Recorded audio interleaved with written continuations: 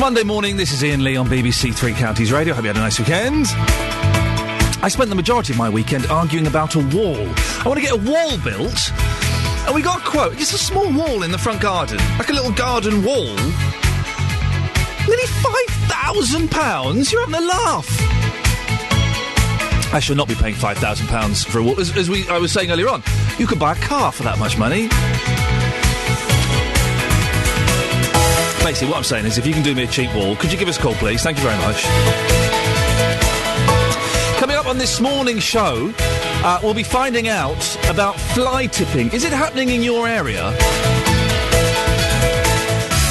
It's mainly a problem with tyres. Used tyres just being dumped all over the place in the three counties. With the first of the Olympic athletes arriving today and the Olympic lane starting to go into operation, I think just on the M4 at the moment. We'll be talking more about the Olympic torch. And also, there's been a call over the weekend for the soldiers involved in the security of the Olympics to be given bonuses.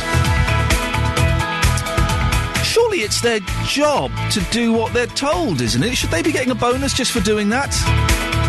08459 455 555. And did you go to Rhythms of the World this weekend? We'll be speaking to one of the organisers this morning and finding out, was it a success or did the weather hold it back? It's been a weird weekend of weather. Up, down, left, right, all over the shop. You can give me a call at any time this morning if there's anything I'm talking about that interests you or something that I should be talking about.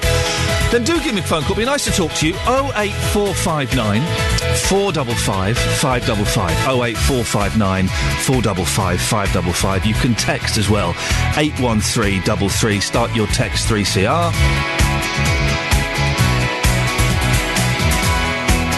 This is Iain Lee, BBC Three Counties Breakfast, here until 9.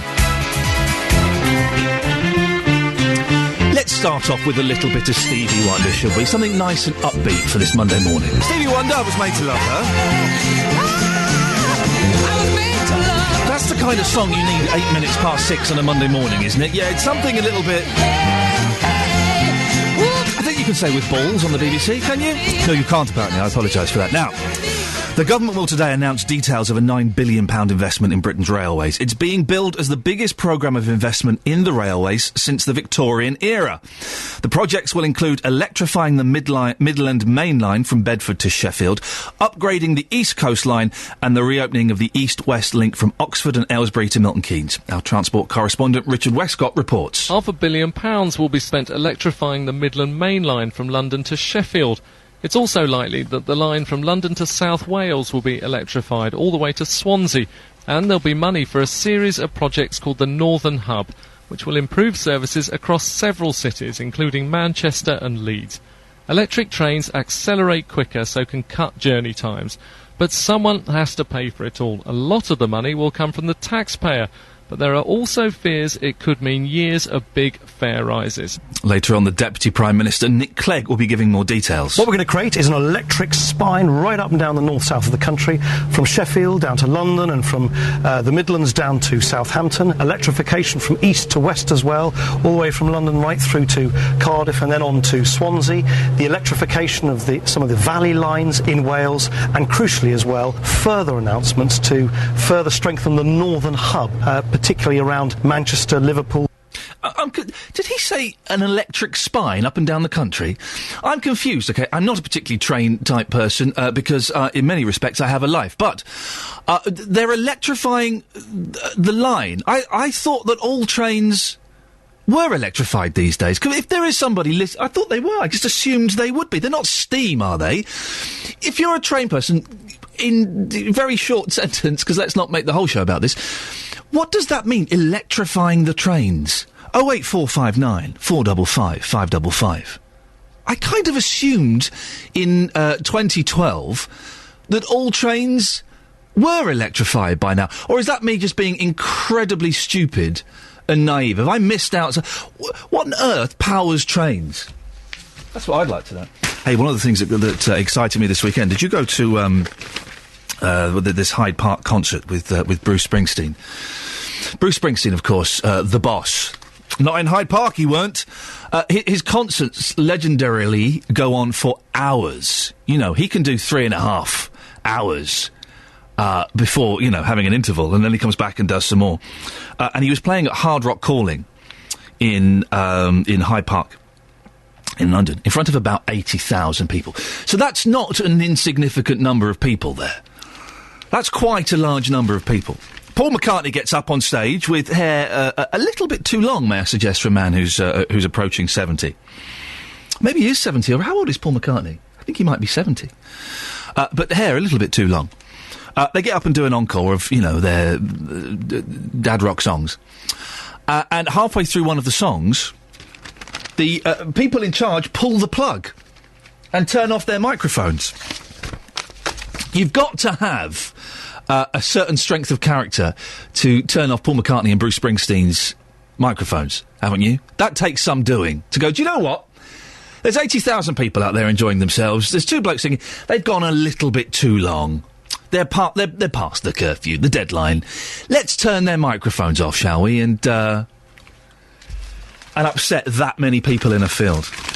That's incredible. We'll be talking about Rhythms of the World later on. We're talking to Kath, who came on the show, I think, on Friday, to tell us everything was going to be A-OK. We'll find out if it was A-OK. If you went to Rhythms of the World, did they turn any microphones off there? Or were they allowed to carry on to their heart's content? 08459 455 555 is the telephone number to give me a call. I'd be interested to know if you did go to Rhythms of the World. If you enjoyed yourself, did the weather create too much of a dampener? Was it, did it ruin things a bit? Sunday was quite a nice day, I think, wasn't it? It was all right, but Saturday, it wouldn't have been fun standing in a field listening to drumming music in that kind of weather, would it? 08459 455 555. We'll go through the front page of the newspapers properly a little bit later on, but I think we might have a phone call on tyres already, and we've not talked about this properly yet. Later on we will be talking about how there are a huger number of tyres just being dumped. Country lanes, fields, all over the shop. We got Wurzel in Wendover. Good morning, Wurzel. Morning, handsome. How you doing? I'm doing I've not been called handsome for a very long time, Wurzel, and can I say you've brightened up my morning? Well, that's all right. A little bit of cow muck's rolled out thinly goes a long way. I didn't understand a single word of that, but God bless you for saying it. Wurzel, what's your take on these tyres being dumped? You're going to have that happen all over the show, because garages are having to pay people now to take them away. Yes. You're not allowed to dispose of them as you like. Well, that's good, though, isn't it? That's the right thing. It is in some ways, but then you've got to look at the economics of it in the other way. Go on. Well, you go back 10 years ago, yeah, and a lot of farmers used to make silage, have rubber sheets over the top of it, and they'd cover it in tyres so that the wind didn't go underneath it. Right. So you lost all them tyres. Well, let's be honest, Wurzel, that's not going to be too many tyres, is it, holding down a bit of tarp? Oh, ain't you kidding? What? Let's put, say, 60 or 80 to a pit. OK. But the thing is, I think, because I know this because my wife went to get a second-hand tyre to make a little sandpit for my boy. The garages pay about £2.50, £3 per tyre to be collected. But that's included in the money that if I go to a tyre fitter, that's included in in the amount of money I pay them, isn't it? That's included in the fitting of the new tyre. Yes. But going back 20 years ago, yes, that never happened. No. OK. Wurzel, listen, yes? On the other hand, you're talking about electrifying trains. There we go. You're all over the shop this morning. Go on. I've got Sophie waiting to give us the travel, so be quick, Wurzel. It's going to cost God knows how much, because a lot of the trains what are urban, say on Chiltern Line and that, are diesel. Yeah. So what you're going to have is a shortage of electric, because everybody's going to have electrified trains. There we go, Wurzel. Thank you very much there. Wurzel, my favourite caller of the show so far this morning. 08459 455 555. So trains are diesel. That's what we've learnt this morning, kids.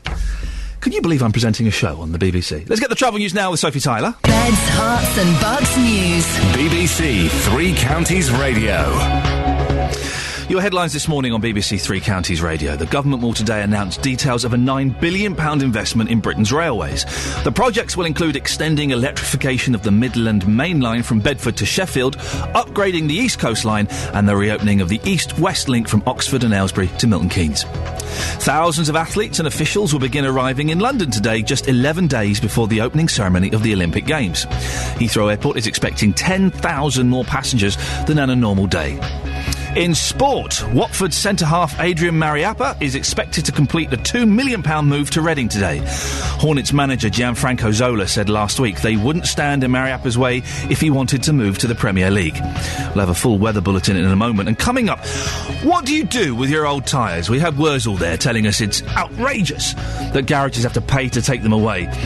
Most of us pay money to a garage or fitter to get rid of them, but during the recession it appears that we're not all doing this. Find out more shortly. A lot of the papers this morning talking about the fact that the Olympics are getting closer. It's 11 days. I remember when it was years away. Suddenly it's 11 days. And the troops are being, obviously we know, after the whole G4S debacle, we're getting troops that are going to be doing the security on the Olympics. And there's lots of calls for the troops should be getting a bonus. They should be giving a bonus. Well, should they be given a bonus? Their leave is going to be postponed and pushed back. That's fine. So they'll get their leave. That's fine. The troops have been given thousands more tickets to events and to the opening ceremony. So that's fine. And it's kind of their job, isn't it? I put this out as a theory. I'm not saying this is necessarily what I believe. But it's kind of their job to do what their government says. So if their government says you've got to go and patrol the Olympics, they do it. And I would have thought for these troops who are highly skilled, highly trained people who have been in theatres of combat, you know, a lot of them coming back from Afghanistan, patrolling the Olympics, it's going to be a doddle, isn't it, for those guys and girls? It's going to be a doddle. They could do it with their hands tied behind their backs. So here's a question for you. Should the troops who are patrolling the Olympics be given some sort of bonus?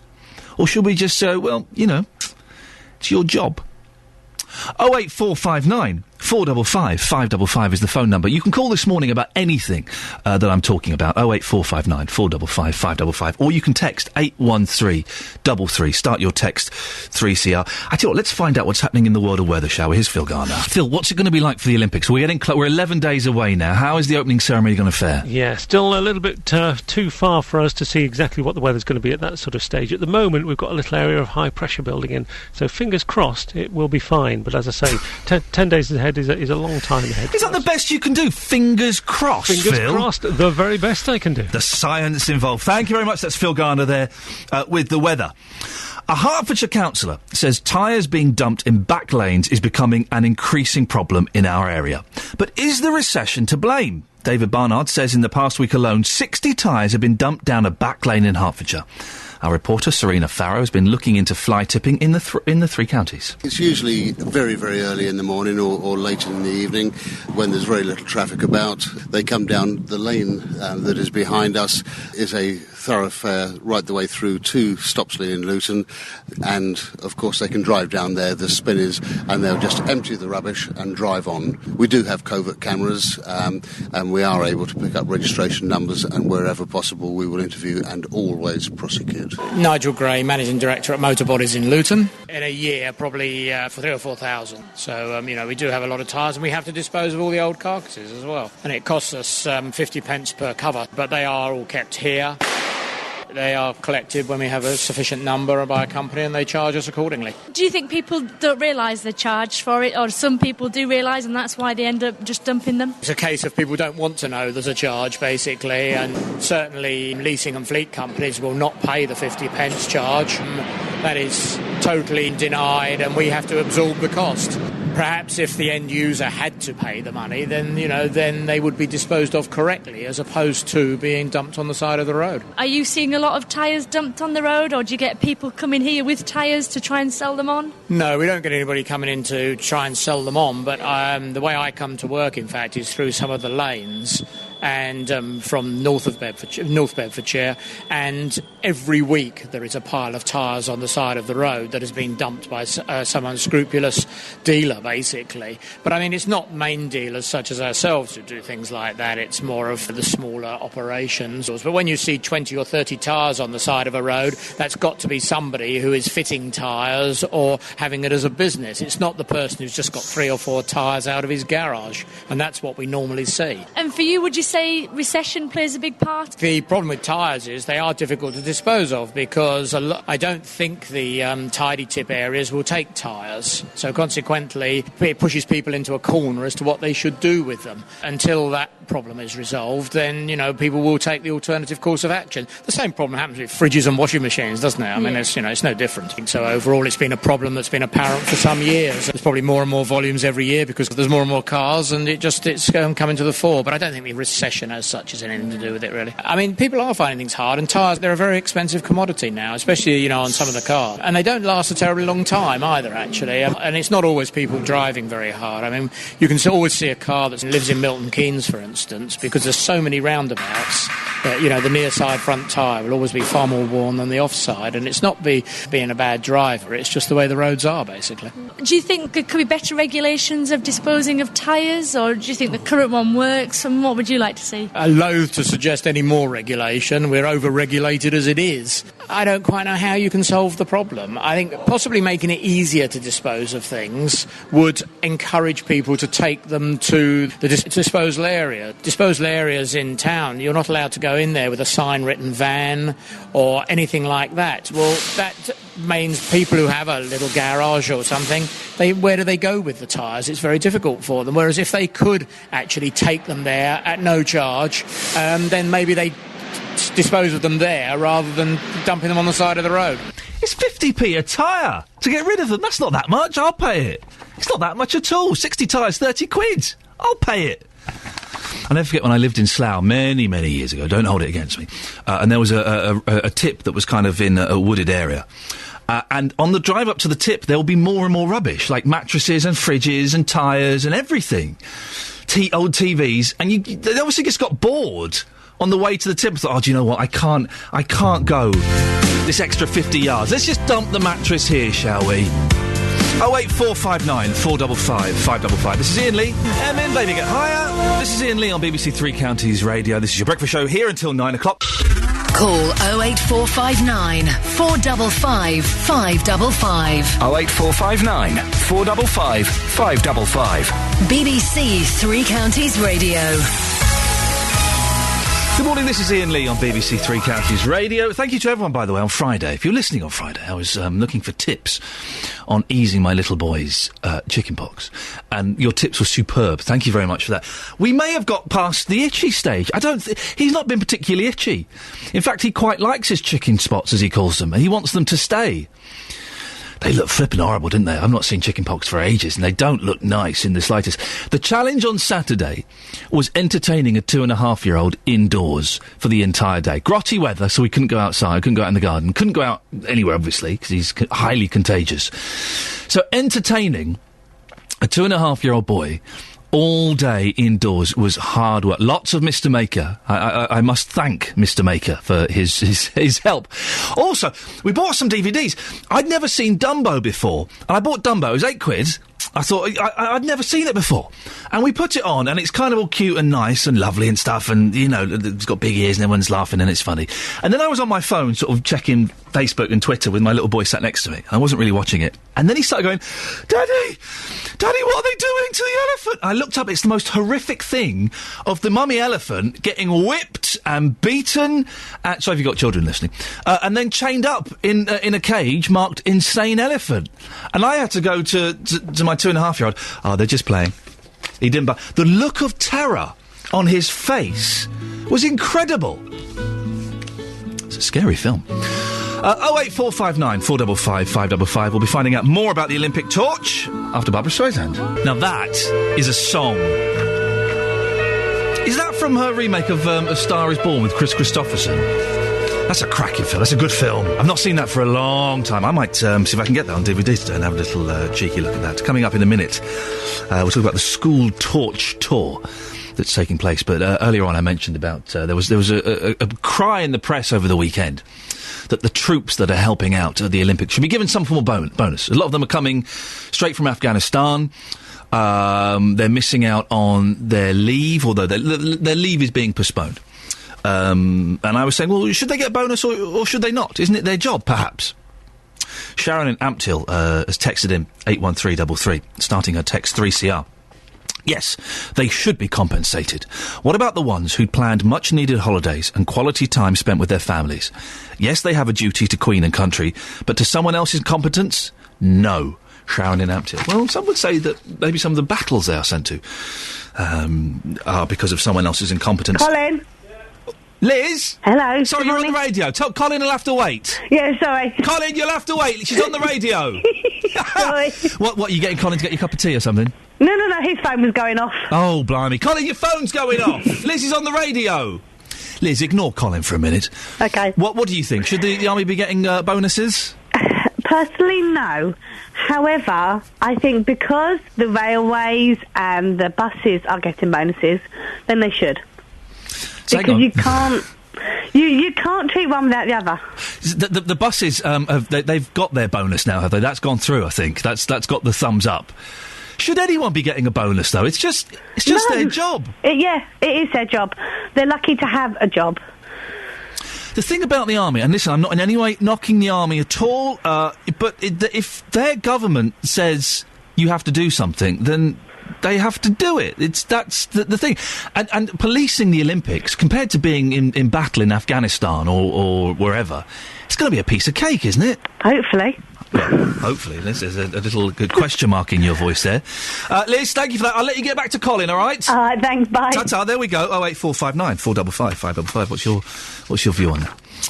A week on from the relay through the 3 counties, and it was very exciting last week. I'm an old cynic, but even me, Monday in Luton last week, I got well into it. What am I, 15 years old? A week on from the relay through the 3 counties, one Buckinghamshire torch-bearer is going on his own tour of local schools. Keith Yance from Finmere carried the flame through Stoke Mandeville last week. The world-renowned mouth artist has raised over £50,000 for charity since being paralysed in a car accident 17 years ago. Our reporter Simon Watts caught up with him. I'd like you all, if you can possibly, look towards me and smile. That'd be lovely. 1, 2, 3, go! Meeting children at the school next door to his home in Finmere, 50-year-old Keith Yance shows off his Olympic torch, poses for photographs and tells his story. What did you do before you were a torchbearer? Oh, good question. What did I do before I was a torchbearer?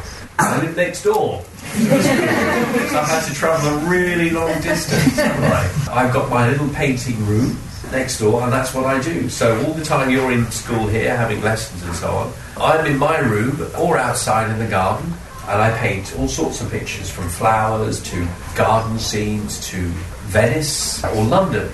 A car accident in 1995 left Keith paralysed from the neck down, but in the years that followed, an undiscovered talent was born. He took up art and is now renowned worldwide. Keith paints using a brush held between his teeth. He raises money for charity through his work. Having carried the torch past thousands of well-wishers at Stoke Mandeville, he's now sharing his experiences at local schools. It was very exciting. I didn't know what would happen. I found out, and it was really good. You got to hold the torch, and I had to hold it with my sister. I thought it would be a bit softer. Was it quite heavy? Yeah, it was a bit heavy. It was really exciting. It was a real privilege, and I really enjoyed it. We got to see the torch and we got to hold it, and we got a picture with Keith, and the picture was taken. Keith, along with many of the bearers, paid close to £200 to keep his torch. And a week on from his moment in the limelight, it was time to reflect upon the event, which will live long in the memory of the thousands who lined the streets of Beds, Herts and Bucks to see it pass through. Certainly a great moment to shine. Unique and over in a flash, but that special moment there will stay with me for the rest of my life. I just remember looking at the faces on the crowds there, beaming smiles and smiley faces everywhere and waving hands. When I set eyes on my friends and family, yes, I think my mouth was wide open. You must have visualised what it was going to be like for the weeks leading up to it. Was it as you'd anticipated? I really couldn't have possibly anticipated what I was to expect, and it was awesome. These are words I don't normally use. So inspiring that all the crowds had come out to just watch me. Large numbers of people had queued in difficult conditions as well, and made a special journey to be there. And of course, since then, it's been a pretty busy week with you. I joined you this morning here at Finmere School, and you're visiting local schools now, telling your story, showing off the torch, and I guess it must be great to see people's reaction. The legacy of what the Olympics talks about, and for me it's taking this torch around to lots of schools, I guess, to inspire the young children around today, let them know that I've been given this great opportunity by just helping other people, really, helping people in my community. And I know this is a really difficult question because you've probably got hundreds, but if there's one memory that you can take away with you from Monday, what would that standout moment be? Just seeing Cindy, my wife, getting as much joy and pleasure out of it, I think, as I did. And my father was there as well, and seeing the look on his face. But they were, as you said, many, many happy memories. I felt like I was king for the day. Beds, Hearts and Bucks News. BBC Three Counties Radio. Your headlines this morning on BBC Three Counties Radio. The government will today announce details of a £9 billion investment in Britain's railways. The projects will include extending electrification of the Midland Main Line from Bedford to Sheffield, upgrading the East Coast Line and the reopening of the East-West link from Oxford and Aylesbury to Milton Keynes. Police are appealing for mobile phone footage after 3 men were stabbed in a fight at the Milton Keynes Bowl during Saturday night's concert by the Swedish House Mafia. One man suffered a punctured lung, but Thames Valley Police have described it as an isolated incident and say overall they were pleased with how the event passed off. In sport, Watford centre-half Adrian Mariappa is expected to complete a £2 million move to Reading today. Hornets manager Gianfranco Zola said last week they wouldn't stand in Mariappa's way if he wanted to move to the Premier League.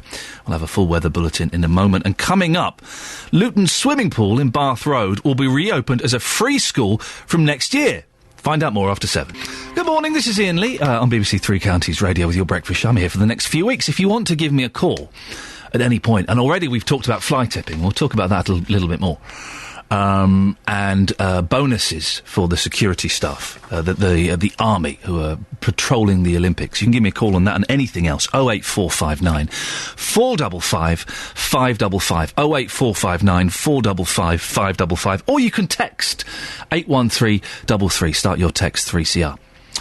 Rhythms of the World, the volunteer-run 2-day World Music Festival in Hitchin, is over for another year. Dozens of bands and musicians brave the elements to perform at the event, although the rain delayed the start of the festival. Kath Cole is Head of Communications for Rhythms of the World. Good morning again, Kath. Good morning. So, go on then, how did it go? Well, I have to say, despite the rain, It was an absolutely amazing weekend, and we really can't thank people enough for turning out in their thousands to support the event. It really was amazing. What was the weather like over the weekend for you? Well, I think for Saturday, the one word would be wet. Yeah. It did come down for quite a few hours at different parts over the day, but people really just got into the festival spirit as we instructed them. Bought their wellies, bought their waterproofs, and really just got into it. And the mud almost seemed to add something to it, to be honest. Did you not at any point did you think we might have to knock this on the head because this is just getting so messy? Yeah, no, definitely not. We spend a year organising this, and as you said, it's volunteer-led. There's no way on earth we could let down 800 volunteers or the tens of thousands of people that come. So, no, we were going ahead regardless. We just needed to make sure it was 100% safe, which is why we had to delay the start on Saturday just a little bit. What were the highlights for you this year, Kath?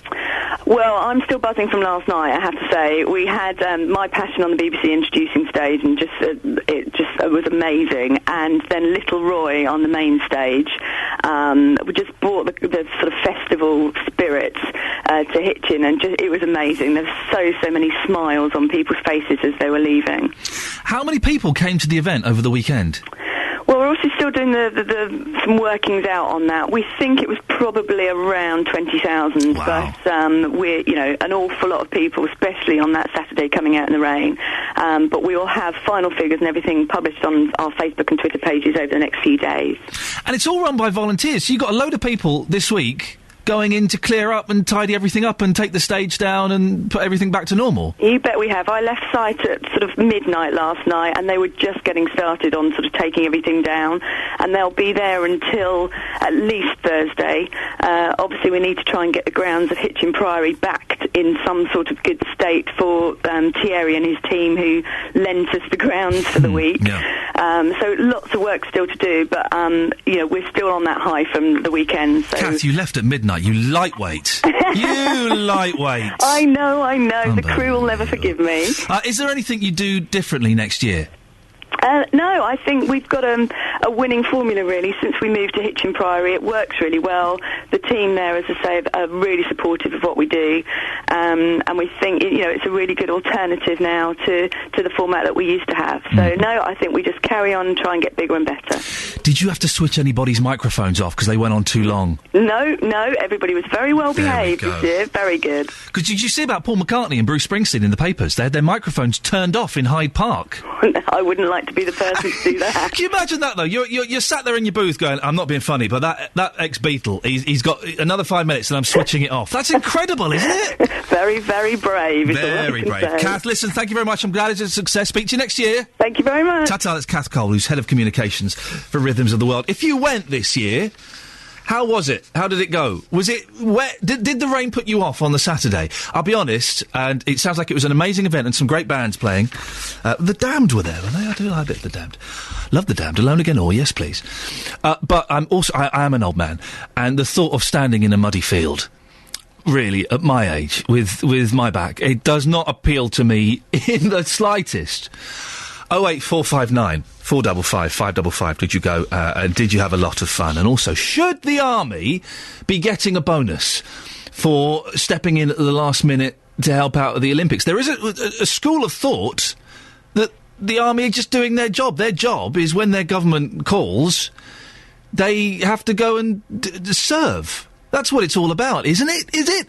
Or am I being slightly harsh there? 08459 455 555 is the telephone number. You can text 81333. Start your text 3CR, please. Good morning, this is Iain Lee on BBC Three Counties. It's coming up to 4 minutes to 7. 08459 455 555. We've got a few minutes to have a quick look at the front pages of the newspapers for you this morning. The Guardian has an amazing photograph on the front page of these. How can I describe this? These sort of acrobats dressed in red being suspended from a bridge. It's better than I've made it sound. It looks incredible.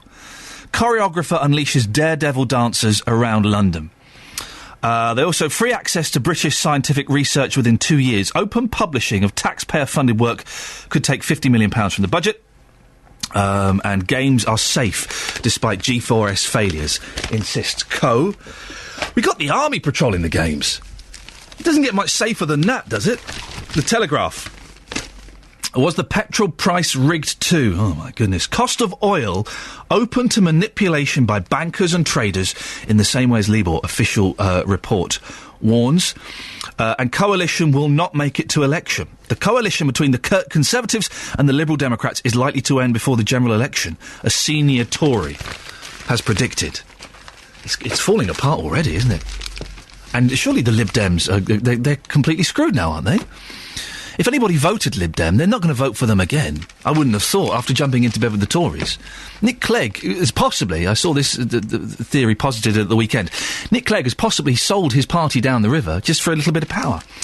The Express, outrage at pension rip-off. It's with the Express. It's always: is it going to be pensions?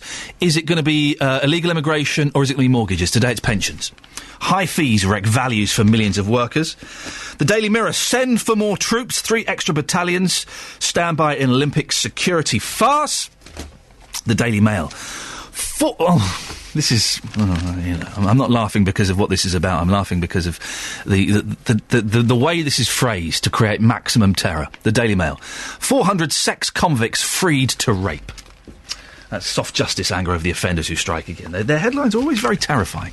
The Sun: beach bummer. Volleyball. The Sun is outraged that the volleyball girls will be allowed to wear trousers in the cold. Unbelievable. It's 2012, by the way, kids. It's 2012. The Times: Olympic security crisis suspected for months. And The Independent: Britain flooded with brand police to protect sponsors. Organisers are taking no chances with corporate deals. 08459 455 555. Helps if I open the microphone. That's a little radio trick there for you, dear listener. This is Iain Lee on BBC Three Counties Breakfast. We've got loads more stuff coming up in the next 2 hours before Jonathan comes on at 9. Time now to get the latest news and sport with Simon Oxley.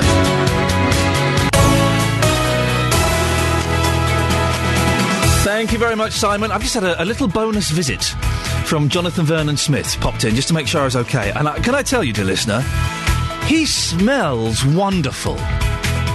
Like, just wonderful. It's like when you walk into Boots and you get hit by all those fragrances. That is Jonathan Vernon Smith. He'll be on at 9 o'clock and he'll be with us in about an hour and a quarter or so to tell us what is happening on his show. Coming up in the next hour: fly tipping, free schools, and how doing exercise can help you if you've got or if you've had cancer. And here's something: if you've got kids, how much TV do you let them watch? I'm talking about toddlers here, really. So sort of, 1 to 5 or 6. How much TV do you let them watch? And be honest. Do you limit it, or do you kind of just let them watch whatever they want to watch? It doesn't matter. We'll talk about how there's new research that suggests there's a direct link between toddlers' TV viewing habits and them being fat and or fit. 08459 455 555 is the telephone number. Be honest about that, please. You can text it as well, 81333. Start your text 3CR. This is Iain Lee on BBC Three Counties Breakfast. Call 08459 455 555. 08459 455 555. BBC Three Counties Radio. Luton Swimming Pool in Bath Road will be reopened as a free school from next year. It's one of 6 free schools across the 3 counties that's been given the go-ahead. Active Luton, who run the leisure services, are behind the proposal to run it. Chief Executive Helen Barnett is on the line now. Good morning, Helen. Oh, good morning, Iain. For those who may not know, can you explain what a free school is? A free school is a community school, but the funding for it comes direct from the government rather than through the local authority. OK. As an organisation who runs Luton's leisure services, why do you want to open a free school? We do run Luton Leisure Services, but we've also had we have an active education team within Active Luton who have great experience of working with local schools and actually seeing the impact that sport and physical education can have on raising academic standards. So we're keen to follow that blueprint into our own school. I remember when I was at school many, many years ago, that PE and games was an integral part of it, and you had to do it whether you liked it or not. Has that kind of fallen by the wayside a bit? There's an awful lot of PE and sport going on in schools, and Luton actually are leading the way in that respect. But what we do try and make sure is that there's something for everybody. So we like to think that through the different activities, all children can find something that they enjoy. Is there a demand for this type of school in the area? There certainly is. We've done huge amounts of work out in the local community, community groups, children's centres, preschools, sort of talking to parents, talking to community groups, and yes, we've seen lots of demand. How many children are you going to be taking? Each year group will have 120 children. Right.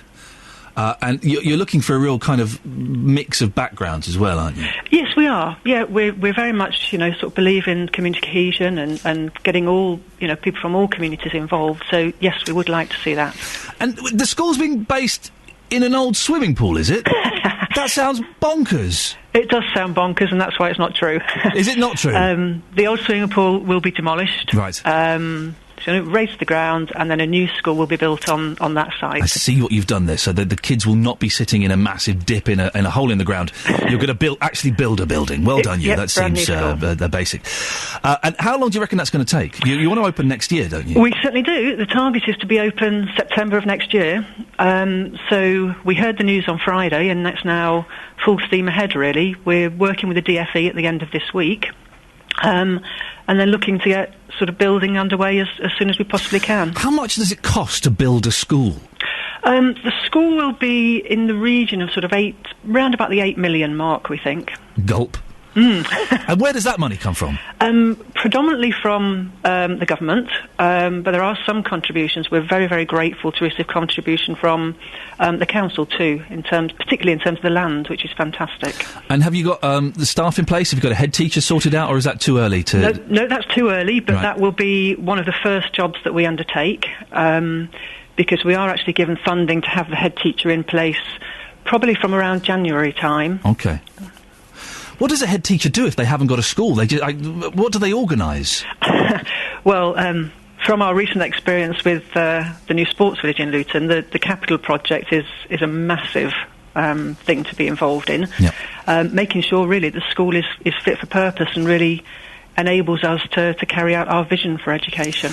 Helen, best of luck with it. I'm sure we'll be speaking to you as the project progresses. Thank you very much. There we go. That's Chief Executive Helen Barnett from Active Luton, talking about the new school, the free school, that's going to be opening on the site of Luton swimming pool. It's not actually in the pool, look at this.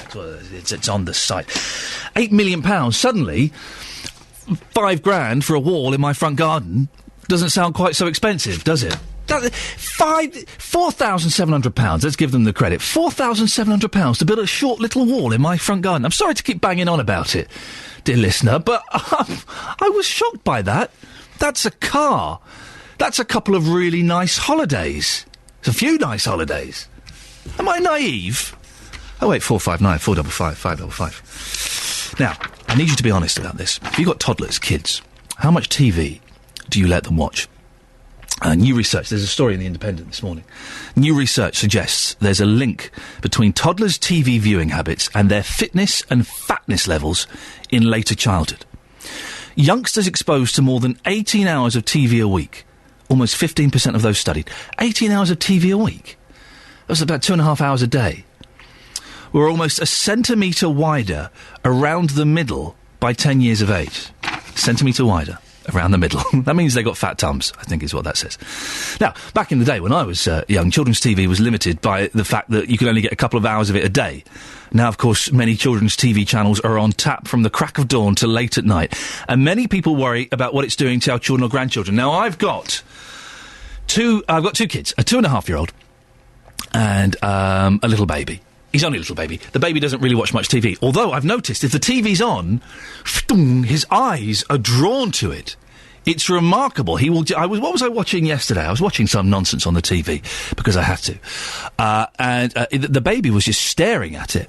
But the 2.5-year-old, we don't let him watch very much. This weekend we kind of maybe let him watch a bit more because he's poorly. So when he asked for Mr. Maker, we put Mr. Maker on. But the thing we did, if you've never seen Mr. Maker, by the way, it's fantastic. We should get Mr. Maker on the show because he's brilliant. He just makes stuff. He lives up to his name quite well. He makes bits and pieces. So what we did is we would watch a Mr. Maker and then we would make some of the things that were in that show. So it was kind of... We were making the television experience a little bit more interactive. It basically meant my wife, every time we watched an episode, had to go out to the arts and crafts shop up the road and buy pipe cleaners. That's kind of how Saturday went. So we let him watch that and with some Postman Pats and things like that. But that's kind of it. His TV is limited. And I know it's kind of easy because they're still quite young, and when they're a bit older, perhaps it will seem the easy option to whack them in front of the TV and just let them watch it while we get on and do stuff around the house. Is that the right way to go? How much TV? And be honest with you, I'm not going to judge you at all. You know, bringing up your kids is flipping hard work, isn't it? No one told me it would be this hard. It's the best thing in the world, but it's ridiculously hard. 08459 455 555. How much TV do you let your kids watch? And are you worried that it's damaging them? I would suggest that if they're watching the right kind of programmes, they can still go out in the garden and play. They can still go to the park and run around. It's getting the balance right, isn't it? And also, what's making them fat is the food, isn't it? I would suggest that's more important. We all want our kids to read, sit down and read. But reading is the most isolating thing in the world. More isolating than playing video games. You just sit there with a book on your own, looking down. You don't say anything. You're completely absorbed in the book. Video games, at least playing video games, you're talking to other people, potentially.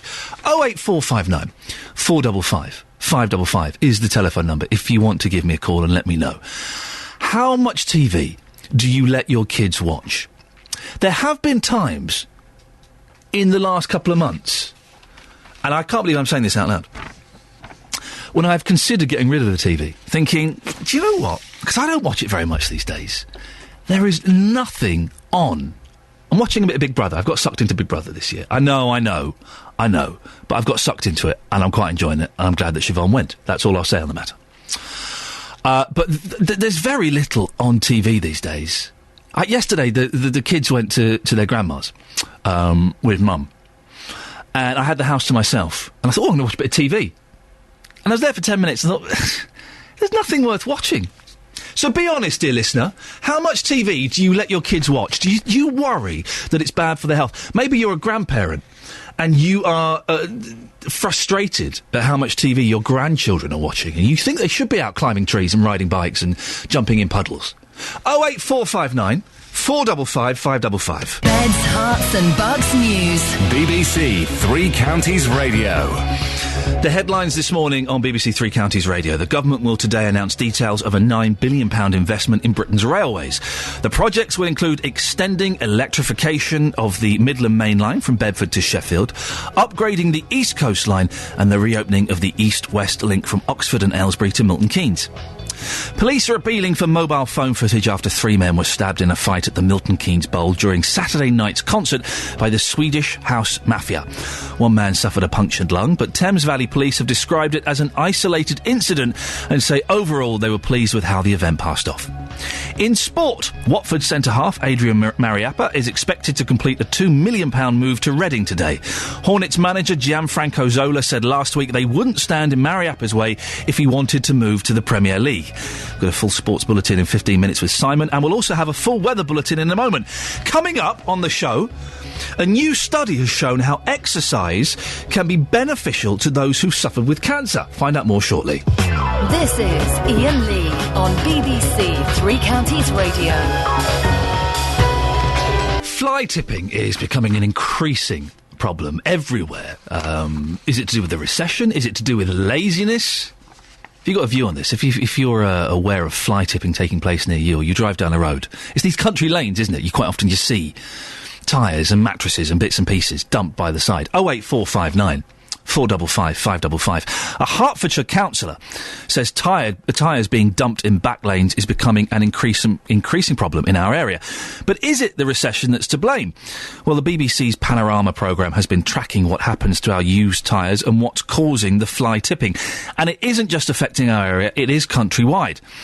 Our reporter Serena Farrow has been getting a picture locally by visiting both a garage and the councillor for North Herts, David Barnard, who lives in Lily Bottom, a hotspot for fly tipping. It's usually very, very early in the morning or late in the evening when there's very little traffic about. They come down the lane that is behind us.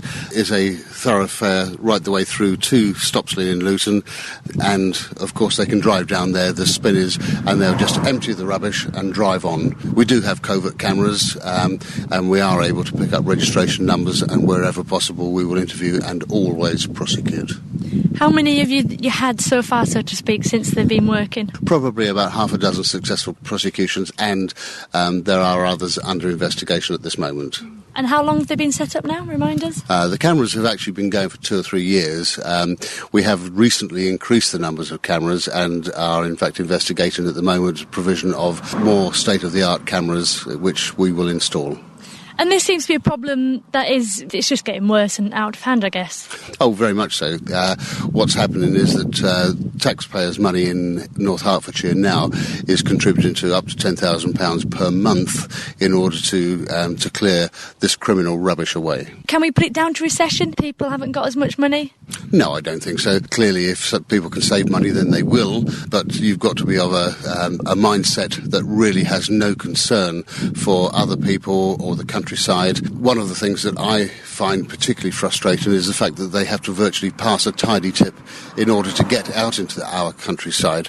The rules are basically that if you have a van, you're not allowed to drive into the tidy tip, even if you could be, let's say, a carpet supplier or something like that with garden waste in the back. They will not allow you in if you have a van. So how many tyres on average do you find a week, let's say? Some weeks we won't find any, but on other weeks we could have 100, 120.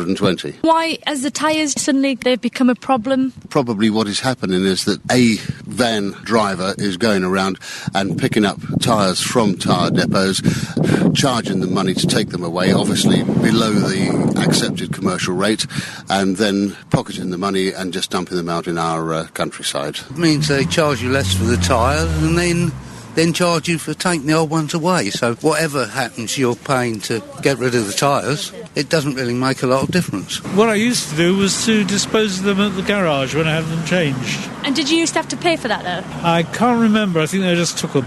That's 2 years ago. I think you're paying for it twice, probably. What, so you're paying for the tyre and then they charge on top? You're paying to throw it away, yeah. No option have you, no choice. Well, there are some people who are throwing them on the roadside. Well, that's always gone on. Have you seen tyres just abandoned? Oh, yeah. Pulling a lay-by and their tyres dumped around there. And do you think that's only recently it's becoming more of a problem? It's more, noticeable? I think it's always been a problem. No, I don't think they should be fly tipping. I think, I work for the local council and we have quite a lot of that happening, so we pay out a lot of money, of ours to get rid of it. It does seem incredible, doesn't it, that people just think they can dump stuff everywhere. I won't even chuck an apple core out of the window. Apples are biodegradable. The window of my car, not the window of my house. That would be terrible. Can you imagine that? Just chucking food out of the house. When I'm driving along the motorway, I won't even chuck an apple core out of the window, because I think it's very naughty. I've got a friend whose wife is feisty. I think feisty is the word. And she has, on occasion, seen someone chuck, like, fag ash or a crisp packet out of it. It was a crisp packet out of a car window. Big bloke. And she got out of her car, went up and said, "Excuse me, I think you dropped this," and put it back in his car. That takes courage, doesn't it? Is that courage or is that stupidity? Could never do anything like that. 08459 455 555. Beds, Hearts and Bucks weather. BBC Three Counties Radio. Let's get the latest weather now with Phil Garner. Phil, what's happening, please? Good morning. A day for the coats and wellies, I think. It's one of those where we see a covering of cloud all the way through the day. That's the way your weather looks this morning. Thank you very much, Phil. I like the way you start your bulletins in such a cheery way and then just deliver awful news. Even if the weather's awful, get outside and go jump in a few puddles. Go enjoy yourself. Well, this is the thing. I've got a little boy and he loves puddles. I like the rain. Yeah. I know it's unfashionable to say, but I like it. Yep. Phil, thank you very much. We'll hear more from Phil a little bit later on. 08459 455 555 is the phone number. Cancer patients in the three counties are being urged to do more exercise to reduce the recurrence of some cancers. It's after new research shows keeping active during and after treatment can also help reduce side effects. Former professional footballer Neil Sharp from Chipperfield was diagnosed with cancer 3 years ago and wishes he'd been told about the benefits earlier on. Good morning, Neil. Good morning, how are you? Yeah, I'm all right, thank you, Neil. Neil, can I ask, what kind of cancer did you have? Whereabouts was it? I had Hodgkin's lymphoma, and it was in my neck, chest, ribs, spleen, spine, groin. It was pretty much everywhere, yeah. How does it feel when you get told you've got something like that? Not great, obviously.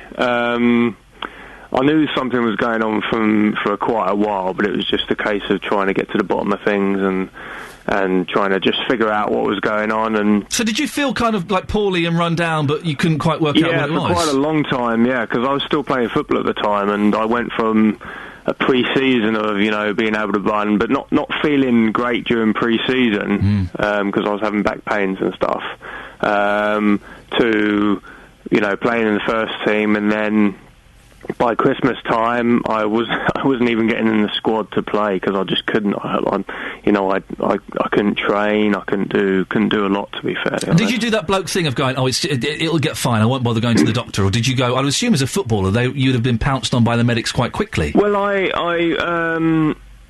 was playing semi-pro at the time, so I did go to the doctors quite a lot with kind of symptoms and different bits and bobs, and that I wasn't dismissed, but it wasn't.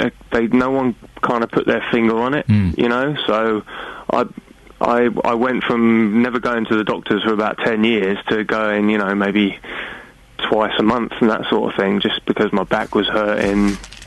I had rashy skin. I'd started later on during the cancer, I had night sweats and really quite fatigued and that sort of thing. So, it was a gradual build-up. But now, this research says that keeping active during and after treatment can help. Yeah. You were given the opposite advice, weren't you? Well, I was never told to, because when they said you're going to go through 6 months of chemo, I thought, okay, well, I'll have my chemo and then I'll be able to, I'll be knocked out for a few days and I'll be able to continue, like, playing football and stuff like that. But they actually said to me, no, it's going to hit you quite hard and that sort of thing, so, you're going to have to get as much rest as you can. So, but during the chemo, obviously, you have your days where you just don't want to do anything. But then there's the other days where you can go for walks and things like that. And I'm not talking about, exercise where you're going to go out for a 10-mile run. I'm talking just get out and get into the fresh air, because it does you the world of good. It really does. And I would guess that the advice, I'm not giving out any medical advice, but everything in moderation. You know your body and you know what your body is capable of, and people, if they need to rest, they rest. Yeah, I think it was after my second dose of chemotherapy, the following day I tried to go out and do some hill runs. Neil! Yeah, I know. No, it wasn't just going out for a jog. I went and tried to do some hill runs. I did two, well, and then halfway up the third one, I just thought, I'm not going to make it. So I sat down and then got up, and I could barely walk up it, but luckily I was about a quarter of a mile from home, and when I got in, my wife was like, are you okay? And did you not think, you know how bad chemo is, did you not think maybe I shouldn't do the hill run, I'll walk to the shops and see how I get on with that? No, because I felt okay. I felt okay, but it really does knock the stuffing out of you. But I went a bit too far on that one. Neil, what do you do now? I'm a carpenter and like a part-time personal trainer. Right, okay. So I did my personal training qualification while I was going through treatment. And where is the cancer now? How are you? I'm 2.5 years in remission now. Fantastic. Everything's good. Everything's good. And did I just hear a little one in the background crying? Yeah, I've got. What have you got? I've got two little girls. I've got a 4.5-year-old and a 9-month-old. Yeah, you talk about running up hills. That's twice as hard. Yeah, we've been up since silly o'clock this morning, so it's all good. I know my little boy's got chicken pox, and so he's not really sleeping very well. Yeah, he's 2.5, and ours both had that within 2 weeks of each other. Really? About 6 weeks ago. Yeah. I think my baby's going to get it soon. Neil, listen, I could talk to you all morning. It's lovely to talk to you. Best of luck with everything in the future. Thank you so much. Take care. Bye bye. And you. Thank you. Bye bye. He had chemo and tried to do it. Tried to run up a hill. I couldn't do that now. To be honest, I couldn't even do one of those now. Absolutely fascinating. 08459 455 555. If this affects you in any way, maybe you've had some sort of cancer treatment, maybe you're going through the treatment. What advice have you been given about exercise? It's being recommended now that if you've got cancer, if you're having treatment, that if you can, some exercise could possibly help the situation. 08459 455 555. Call 08459 455 555. 08459 455 555. BBC Three Counties Radio. Good morning. This is Iain Lee. I'm here till 9 o'clock. I'm here for the next few weeks. And while I'm here, it will be fantastic to get your phone calls. I don't want it just to be me whittering on because bored of my own voice. So if any of the things we talk about this morning kind of grab your fancy. Is that a phrase? Yeah, I think it might be. Tickle your fancy, that's it. Then give me a call. 08459 455 555. Maybe you disagree with something I've said, maybe you agree with one of the experts, whatever. 08459 455 555 is the telephone number. We've got a load of texts as well, and you can text 81333. Start your text 3CR. I prefer the phone calls, if I'm honest, because I like having a chat to you. And I think this makes... If you phone in, the show then kind of becomes about your voice. And I think that's important for a breakfast show. Anyway, some of the things we've been talking about. Soldiers. There has been a lot of hoo-ha, brouhaha over the weekend about soldiers. Should they be paid a bonus for stepping in at the last minute to help out with the Olympics? There is one school of thought that, no, they shouldn't, because it's their job, isn't it? If the government says do something, then they do something. Isn't that right? Anyway, Eric has texted in, will soldiers get their money back for cancelled holidays, and will they be able to take children out of school in term time? I don't think so. Do you know what? I bet if a soldier were to go to a travel company and say, look, I've had to have I've had my leave cancelled because I'm doing the Olympics, can I have my money back? I bet something would be sorted out, wouldn't it? I'm sure it would. And also if they went to their kid's school and said, look, my leave is being cancelled, holidays at a different time, can we take him out of school for a couple of weeks? I bet the school will be fine with that. Or is that me being naive? I am quite naive in a lot of aspects of life. 08459 455 555. The Royal Mail's trial to deliver to a neighbour if someone's not in will be a year-long attempt when it ends in November to solve the conundrum. How do you deliver parcels when most people at work? Now, I was thinking about this. I thought, why does this not really affect me? And it's because I've got a silly job. I have a ridiculous job that allows me to be home quite a lot in the daytime. So I very rarely miss parcels, although I do get those red, we try to deliver your parcel cards through the door, even when I'm in. Which makes me think, what are these postmen up to? My postman's a lovely chap, actually. Professor Richard Wilding from Cranfield University deals in supply chain strategy and has some solutions of his own. Good morning, Richard. Hello there, hi. Now, Richard, first of all, tell us what happened to you. Well, I had a situation where, you know, even as I'm a professor in logistics and supply chain management, so I deal with this whole area, I had a situation where I actually had a parcel which was delivered and it was a gift to me and it just didn't arrive. So we contacted the company concerned and they said the parcel's been delivered to a hedge. To a what? A hedge? A hedge, yes, a hedge. So I sort of, I was on a cordless phone and I went outside and I said, well, look, the problem is we don't have a hedge at our house. Fantastic. So we went outside and we looked around a few little bits of bushes and the grass, at the front of our house. Yes. And there is no hedge. There was no parcel either. And anyway, the company concerned actually was very kind enough and they re-delivered the items and this time they delivered them with another courier and they did arrive. About 3 weeks later, though, we had somebody come to our door, knock on the door with a parcel. And I said, well, oh gosh, well, where did you find that? And they said, we found it in a hedge, a few hundred metres down the road. So how far away was this hedge from your house? Well, it must have been about probably 300 metres, so about a third of a kilometre. And what on earth was the delivery driver thinking? That's insane. Well, I think the delivery driver thinking was trying to think, well, where is the property? I mean, we have a situation where we've got a bit of a gap between, if you like, the house numbers on our particular road. Yeah. But of course, that's no excuse. And part of it is that the delivery drivers are under a lot of pressure to get deliveries done. And what we suspect has happened is that they probably put a note somewhere. I mean, we didn't have a note put through our property, but maybe it's put through another property, and of course this was actually left in a hedge, but we didn't receive the item.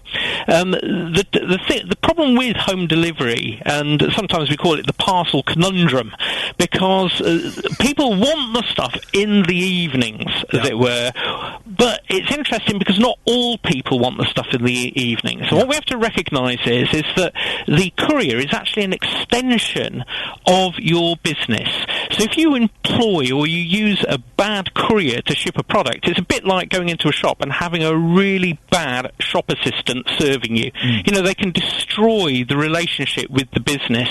So really, if you think that it's not just a matter of me putting the item into the post and thinking that's my job done, actually companies need to consider who they're using to do the delivery and try and actually meet the customer's needs. And this is what they often overlook, because some people, they want the stuff in the evening, others want it at other times of day, but other people just want to know where it is when it's being delivered. And we can do that now with mobile phone apps, for example, that, using the location systems on that, you're able to actually know where the driver is. You know, you can actually, the companies could allow drivers to be, where they are on a particular route, but also the driver, you could give permission so that they know where you are as well.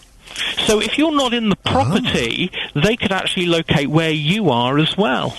So we now have a lot of technology which has sort of come on stream in the last few months. Well, actually, really in the last year or so, which enables people to work in a very, very different way. So we can start innovating in this particular area. But the key thing, I think, for customers is, I just want to know where the item is it being delivered? And that creates trust in the transaction which is taking place.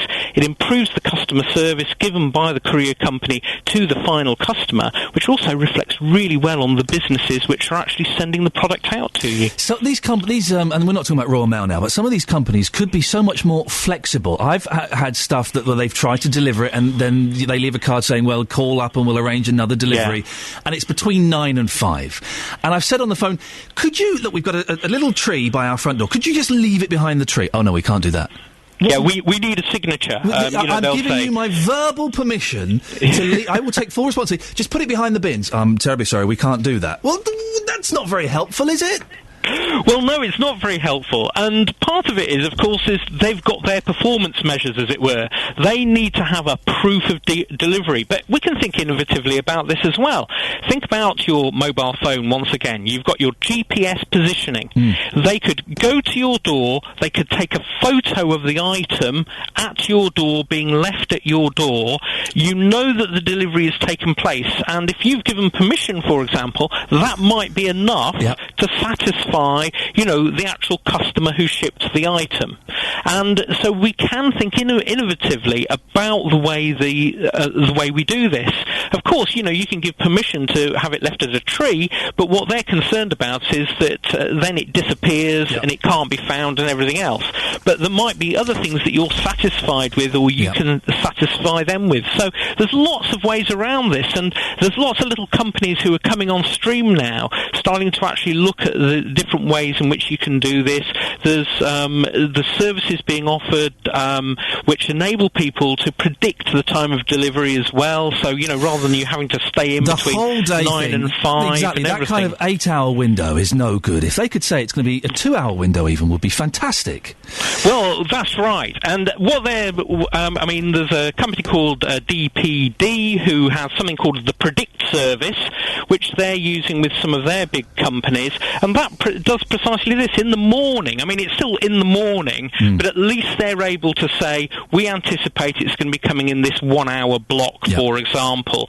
Other businesses get around this by just, guaranteeing delivery at particular times. But what we have to also remember is this will cost the consumer. The more of this which goes in. So you can have a really cheap delivery where they throw it into a hedge and you go and find it later, because that doesn't cost the organisation very much. But Richard, as soon as you're doing more of this, we have to start thinking how much time it takes, the information systems and everything. But as a consumer, I might be willing to pay for that. I want choice. I want choice. Richard, thank you very much. I'm ending it there just so I can get a word in edgeways, and also so we can get the news and travelling. Thank you very much. That's Professor Richard Wilding, who works at Cranfield University and deals in supply chain strategy. It's the worst thing I find, and I'm sure the professor would agree with me, is when they deliver it, they try to deliver it, they can't deliver it, they try again, they can't deliver it, and you have to go and collect it from the depot. And it's miles away. It's miles away. It can be in South London sometimes. What a pain in the backside. Professor, thank you very much. Absolutely fascinating. 08459 455 555. Beds, Hearts and Bucks News. BBC Three Counties Radio. The headlines this morning on BBC Three Counties Radio at 7:46. The government will today announce details of a £9 billion investment in Britain's railways. The projects will include extending electrification of the Midland Main Line from Bedford to Sheffield, upgrading the East Coast Line and the reopening of the East-West link from Oxford and Aylesbury to Milton Keynes. Police are appealing for mobile phone footage after 3 men were stabbed in a fight at the Milton Keynes Bowl during Saturday night's concert by the Swedish House Mafia. One man suffered a punctured lung, but Thames Valley Police have described it as an isolated incident and say overall they were pleased with how the event passed off. In sport, Watford centre-half Adrian Mariappa is expected to complete a £2 million move to Reading today. Hornets manager Gianfranco Zola said last week they wouldn't stand in Mariappa's way if he wanted to move to the Premier League. The weather for Beds, Hearts and Bucks, a cloudy day, of course, with some light patchy rain this morning, turning a little heavier this afternoon. Top temperature is 18 degrees Celsius. And coming up, when the tyres on your car are replaced, you pay money to the garage or fitter to get rid of the old ones. So why, then, is the British countryside being littered with tens of thousands of used tyres? We find out more after 8 a.m. If you want to give me a call or get in touch with the show, please do. It's 08459 455 555. You can text 81333. Start your text 3CR. Or email 3cr@bbc.co.uk. Good morning, this is Iain Lee on BBC Three Counties Radio. If you want to give me a call and take part in the show at any time about any of the things we're talking about, or maybe something you think we should be talking about, 08459 455 555. A racing driver from Hemel Hempstead who broke his back at Le Mans race last month is making good progress. Anthony Davidson's Toyota car cartwheeled through the air before hitting a crash barrier. His father, Dennis, was watching the race on TV when it happened and joins us on the line now. Good morning, Dennis. Morning, Ian. Tell us what happened. Probably the best illustration your listeners could get to his accident at Le Mans, which happened at an incredible 180 miles an hour. Wow. Car flipped upside down. Can be seen on YouTube. If they put in Davidson Le Mans crash, you can see this incredible flying. It was really a flying accident because, like most of these modern racing cars, they're designed in a wind tunnel, and once the car doesn't present its front that it's designed to have downforce, the thing just flies in the air like a piece of cardboard. But it's making good progress, and he's in a full body cast from his chin to his pelvis, and this was made in France in the hospital. A very clever piece of kit that zips up at the side so he can unzip it and breathe in and expand his chest. Oh, so it's not like you would get in the old days in the hospital where it's all completely... He's stuck in there for months. He can kind of get a little bit of air every now and then. That's right, yeah, especially when he eats, he says. It's relief. Listen, I'm a dad. I've only got a boy who's 2.5, but I'm a dad. How did it feel, as a dad, watching that on the telly? It was horrifying. But what happened was we were watching the race live. It's a long commitment for the 24 hours, and I usually sit up the whole 24 hours writing notes. Do you really? Well done. Good for you. Well, I'm a motor racing fan, and I've been watching it for years, and his career started when he was a go-karter. 8 years old, we had our own little junior team, and our claim to fame is we beat Jenson Button to the British Junior Championship. In your face, Button. Well done. Yes, so I was very proud of that. That was my achievement, but the motor racing is all his. And he even did some Formula One with 3 different teams and scored a few 11th places, which wasn't bad for the old car he was in. Yeah. And he then progressed to manufacture sports cars. So he's done quite a few Le Mans, and he led Le Mans in 2010 and 2011 with the Peugeot team. He was leading the 24-hour race, but you share the car with a couple of other drivers, and you've got to overtake lots of cars on the way of the 24 hours through the day and the night and everything that comes at you. Well, Anthony was coming down, this year he's with Toyota, who made this fantastic new car, which is a hybrid. So it's half electric power and half engine power. and he was coming down the main straight at Le Mans at 200 miles an hour in, if you like, the fast lane, because this is a French public road. And on the left-hand side are all the GT cars. It's funny to think of them being the slow cars when they're Ferraris and Porsches and Corvettes and so on. And you hope that they stay on the left so you can pass them on the right. But as he came to a kink in the Mulsanne Straight at 180 miles an hour, a Ferrari on his left with an amateur driver who pays for his drive as opposed to being a professional, without looking in his mirrors presumably, swoops across to the apex and hit Anthony's left rear wheel, knocking it clean off the car. And as both cars went sideways, the air went under Anthony's car. And as I explained, these aerodynamic cars are like a big wing. And so the air went under it. Instead of it barrel rolling, as you'd think, in the direction it was sliding, it actually went the other way. The air went under it, lifted it upside down, and we saw it coming at us on the TV screen upside down. And my first thoughts were, well, I shouted at the screen a very loud no. And it came at, I'm now thinking, is it going to crump down on its roof? Is it going to burst into flames? And then the consequences of the accident. And apparently the landing force was 35 G. Wow. You could have... I find this incredible, Dennis. You could have been watching your son die. He could have been killed so easily. Right before my eyes, yeah. That's right. In fact, he was told by the surgeons he's very lucky to survive with just a compressed spine. It's part and parcel of that game, isn't it, really? It's a risk that you take. It's hopefully you're going to, not have these accidents. But I'm afraid all racing drivers have these massive accidents. And I like the way you said you watch him and you take notes. So when he'd finished, would you go, well, you did well, son, but I've got a few notes. You could have done this on the 15th lap. And... I can assure you the engineers take far more notes in this electronic age that we live in. I merely do it to keep track of the race and who's in the car and what lap times are doing and so on like that. But he intends to be back next year. Sorry? He's going to do it again? Yeah. In fact, if he's ready at the end of the year, they've got a race for him in Fuji in Japan, and if they can build another car in time, he'll be back in it. How does that make you feel, knowing he's going to go back to it? You must be terrified for him. Well, I don't know, not really. I mean, I raced him, remember, as a kid from when he was 8 years old, and accidents are part and parcel, unfortunately, of that sport. And last year, that's right, he was on his push bike training, and a boy came off a path on a BMX bike and T-boned him, and he broke his collarbone and smashed the bike, which is carbon fibre. So it's just as dangerous on a bicycle. You're absolutely right. And how is he now? You said he's in a cast that he can kind of can be unzipped if he's had a big roast dinner. How is he in himself? Is he all right? Oh, yeah, straight away. These professional sportsmen are amazing people. They're very, very positive. They never moan about the negative. Oh, that bloke, why didn't he look where he was going? No, very positive, very cheery. He's a very witty character and optimistic, and he's doing a bit of rehab now, and he's really looking forward to get back in the driving seat. And his other job is with a TV company doing a bit of commentary on the Grand Prix. So he's really looking forward to getting back to doing something. Dennis, when he gets back in the car and starts racing again, do come on and let us know how he goes. That's Dennis, who is Anthony Davidson's dad. And Anthony, of course, is the racing driver from Hemel Hempstead who broke his back in a race. It just sounds incredible.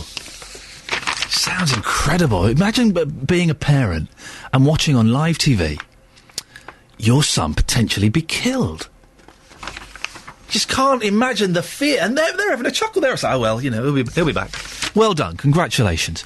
We're talking about fly tipping and the increasing problem of the dumping of tyres all over the country, but particularly in Beds, Herts and Bucks. We've got Sheila in St Albans. Good morning, Sheila. Good morning. What do you reckon to this? Why don't all the garages have to spray paint some sort of code or part of the name of the garage on, so that when they're picked up by a man in a white van and dumped, you can then find out where they came from originally and then go back to the garage and say, who did you pay to take away your tyres? So when... Oh, I see. So you're assuming that it's not necessarily the garages themselves that are doing this. It's kind of the company they use to get rid of them. Yeah, I'm assuming that's it. But then on the other hand, if it is the garages who are doing it, you then find out n number of garages that all got spray-painted marks on their tyres, and maybe one or two garages don't. But if it's the garages that are doing it, they're not going to want to take part in this, are they? No, they're not. But then the garages that are doing it are going to be excluded. Yes, so that you then sort of suddenly realise, that's a bit odd, because all you have to do, someone does, is check with certain garages to make sure they are putting pink or yellow or whatever colours on their tyres. You make it sound so pretty. Well, I mean, I would have thought, after all, don't we have this white water? Do you know what I'm saying? What's the white water? Well, you know what I mean. You know when you have things are sprayed by something you can't see, right, okay. And then you can only see it when it's highlighted by UV light or whatever it is. The thing is, this is on two levels, isn't it? This is the big level of having tyres and mattresses and things all chucked everywhere. It's also on the micro level, the local level. I hate litter on the street. I hate it. There's always a bin 500 yards down the road. So however unpleasant it is to carry a dirty apple or a packet of crisps or a burger box or whatever, you're always going to find a bin soon enough. Just take it to the bin.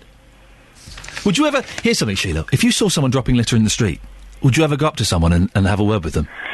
Yes, possibly. I mean, I saw a young lad who spat the other day, and I said, "Excuse me, don't do that."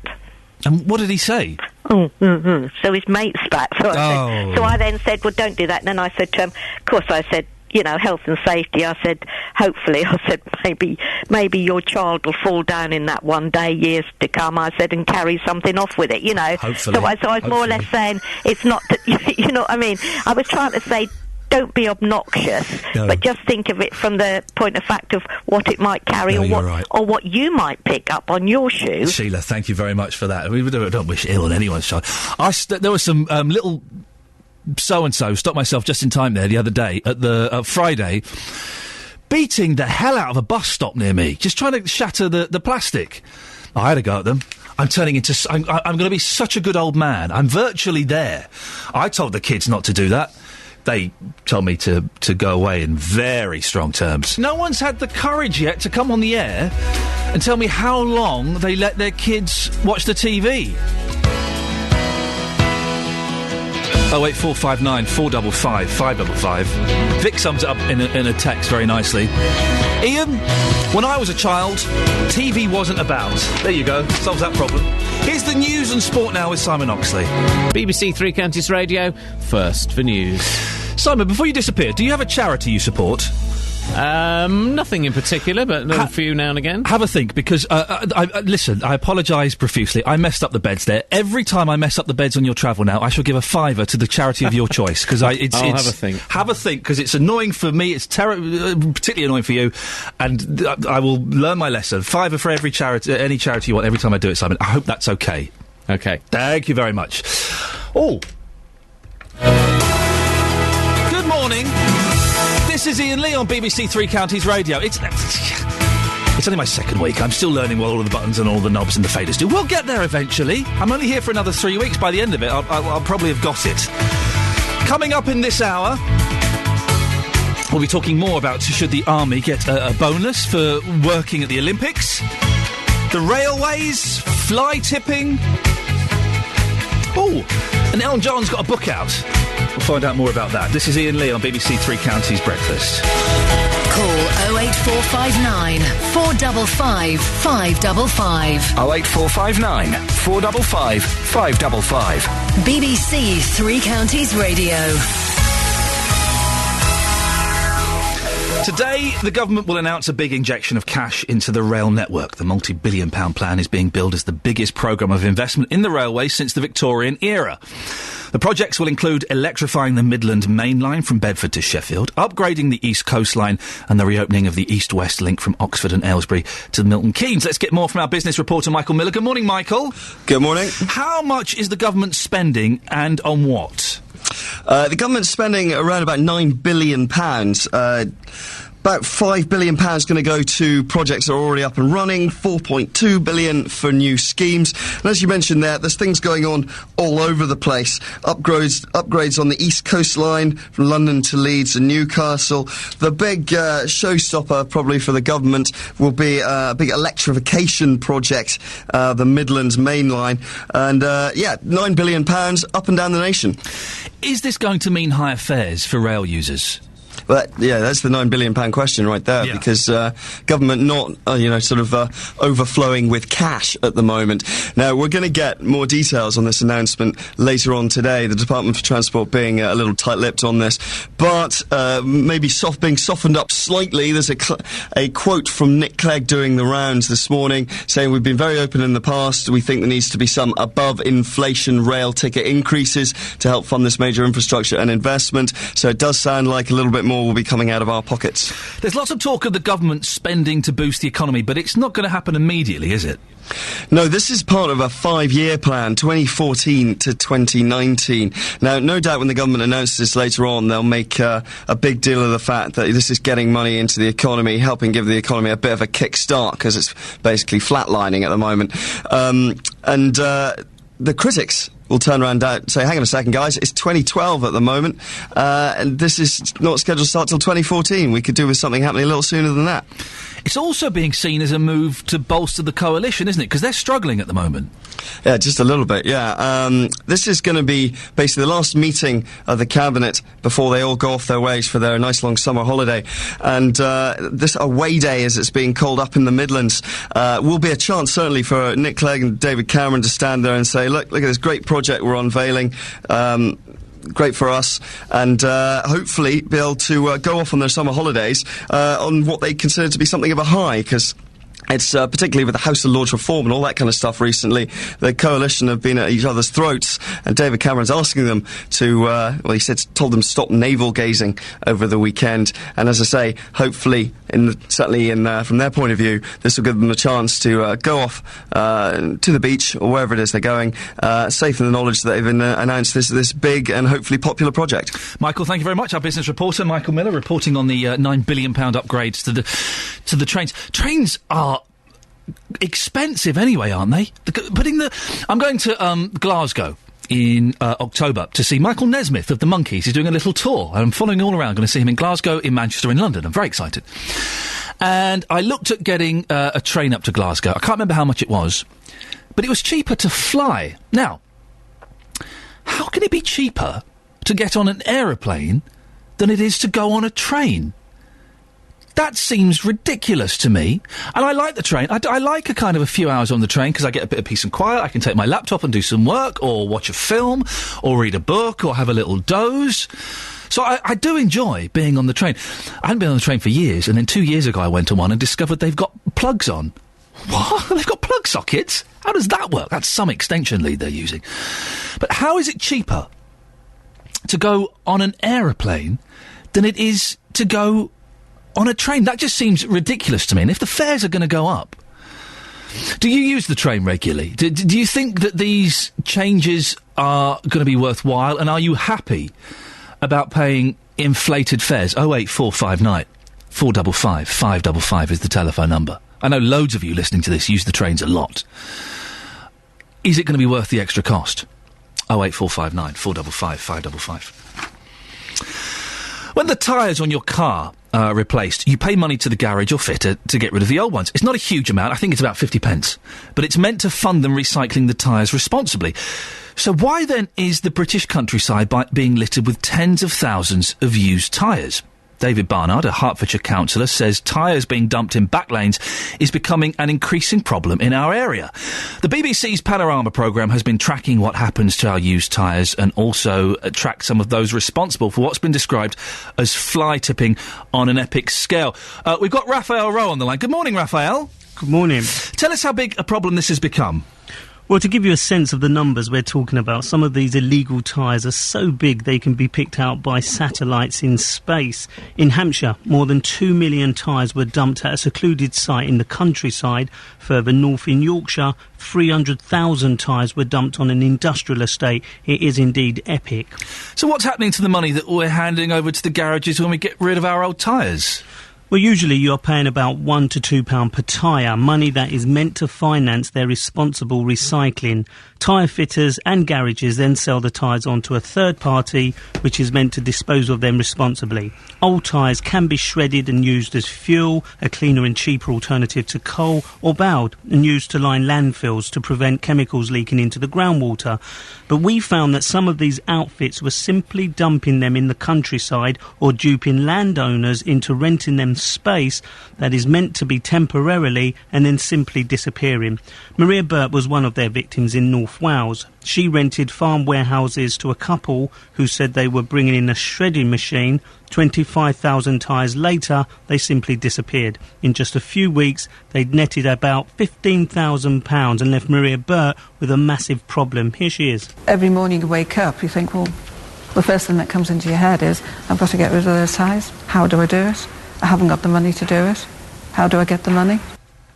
Now, Maria ended up borrowing more than £30,000 to get some of the tyres taken away. And because of the fire risks, the Environment Agency cleaned up the rest. So that's a taxpayer's expense.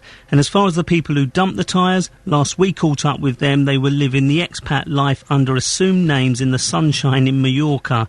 Now, we did track them down, but suffice to say they were not keen to give the BBC an interview. Yeah, I bet they weren't. Who's in charge of regulating tyre disposal? Well, the industry self-regulates, and Peter Taylor of the Tyre Recovery Association said most operators are reputable. He has called for more funding for the Environment Agency to go after the large-scale fly tippers, and here he is. I think self-regulation works well. We operate a voluntary best practice scheme in this country, the Responsible Recycler Scheme, which covers between 70 and 80% of national arisings, and that's the largest scheme of its sort in Europe. The problem we face is that at the margins there are operators who work to different standards to ourselves.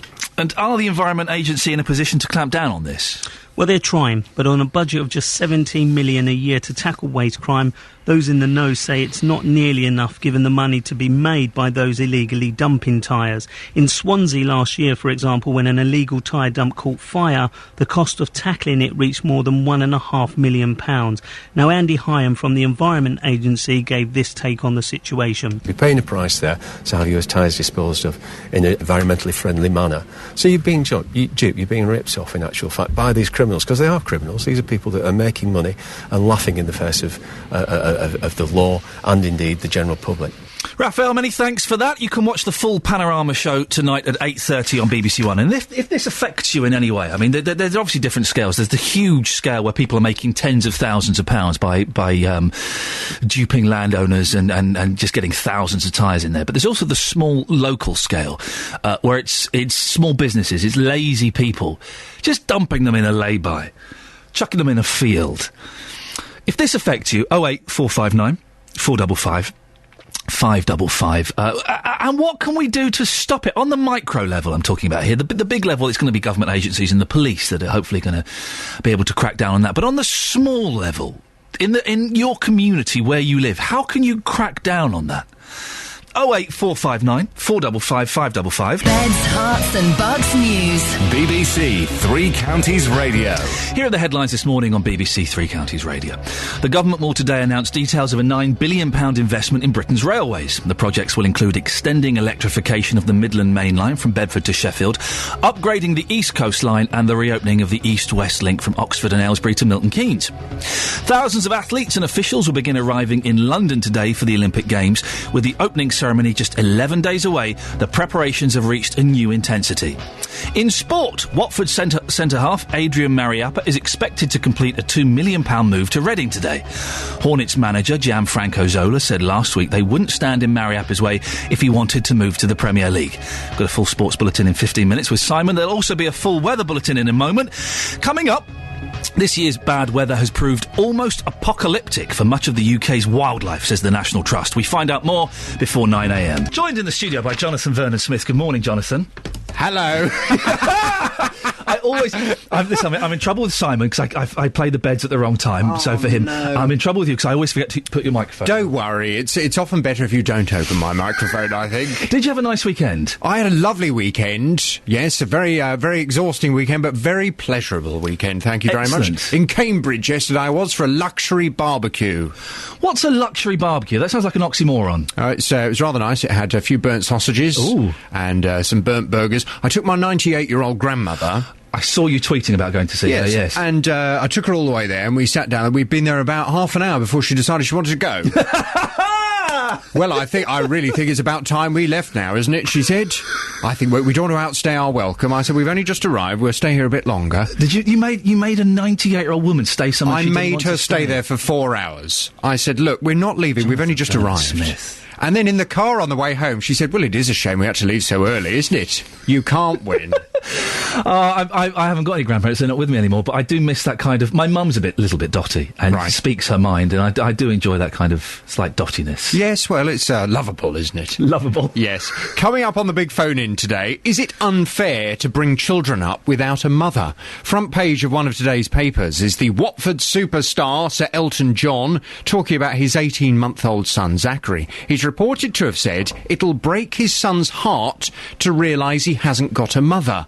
Sir Elton and his partner David Furnish have made it no secret that they want to have another child to keep Zachary company, but the star has admitted it will be heartbreaking for Zachary to grow up without a mum. Well, from 9 today, I want to hear your views on this. Do you think it is unfair to bring children up without a mother? Do children need a mother in their lives? If two men decide to have a baby together, is it ultimately unfair on the child? Or do you think that children adapt to the family they're being brought up in, and as long as they're surrounded by plenty of love, it simply doesn't matter?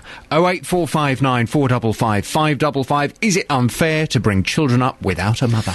Did they not realise there wouldn't be a mum beforehand? Is it only just dawned on him now that that's the situation? Well, it's a bit bizarre, really, isn't it? Yeah. To suddenly come out with this now. Yeah. But perhaps it's, you never know, perhaps it's kind of struck him because he looks at his little boy and he feels in some way that he's now missing out without a mother figure. It doesn't worry me, the fact about there being two dads. The age thing is the thing that worries me, being that old and having a child. A 65-year-old dad. Yeah. I'm nearly 40. And I'm going to be, when my son's 15, I'm going to be in my 50s. And that worries me, because I'm not going to be able to keep up with him. Yes, you will. You'll be all right. If you say so, Jonathan. You'll be fine. You're a young, virile man. I get out of breath literally walking up the stairs. Do you? Yeah, I do. I'm so unfit. Oh. Do you work out? Can't you tell?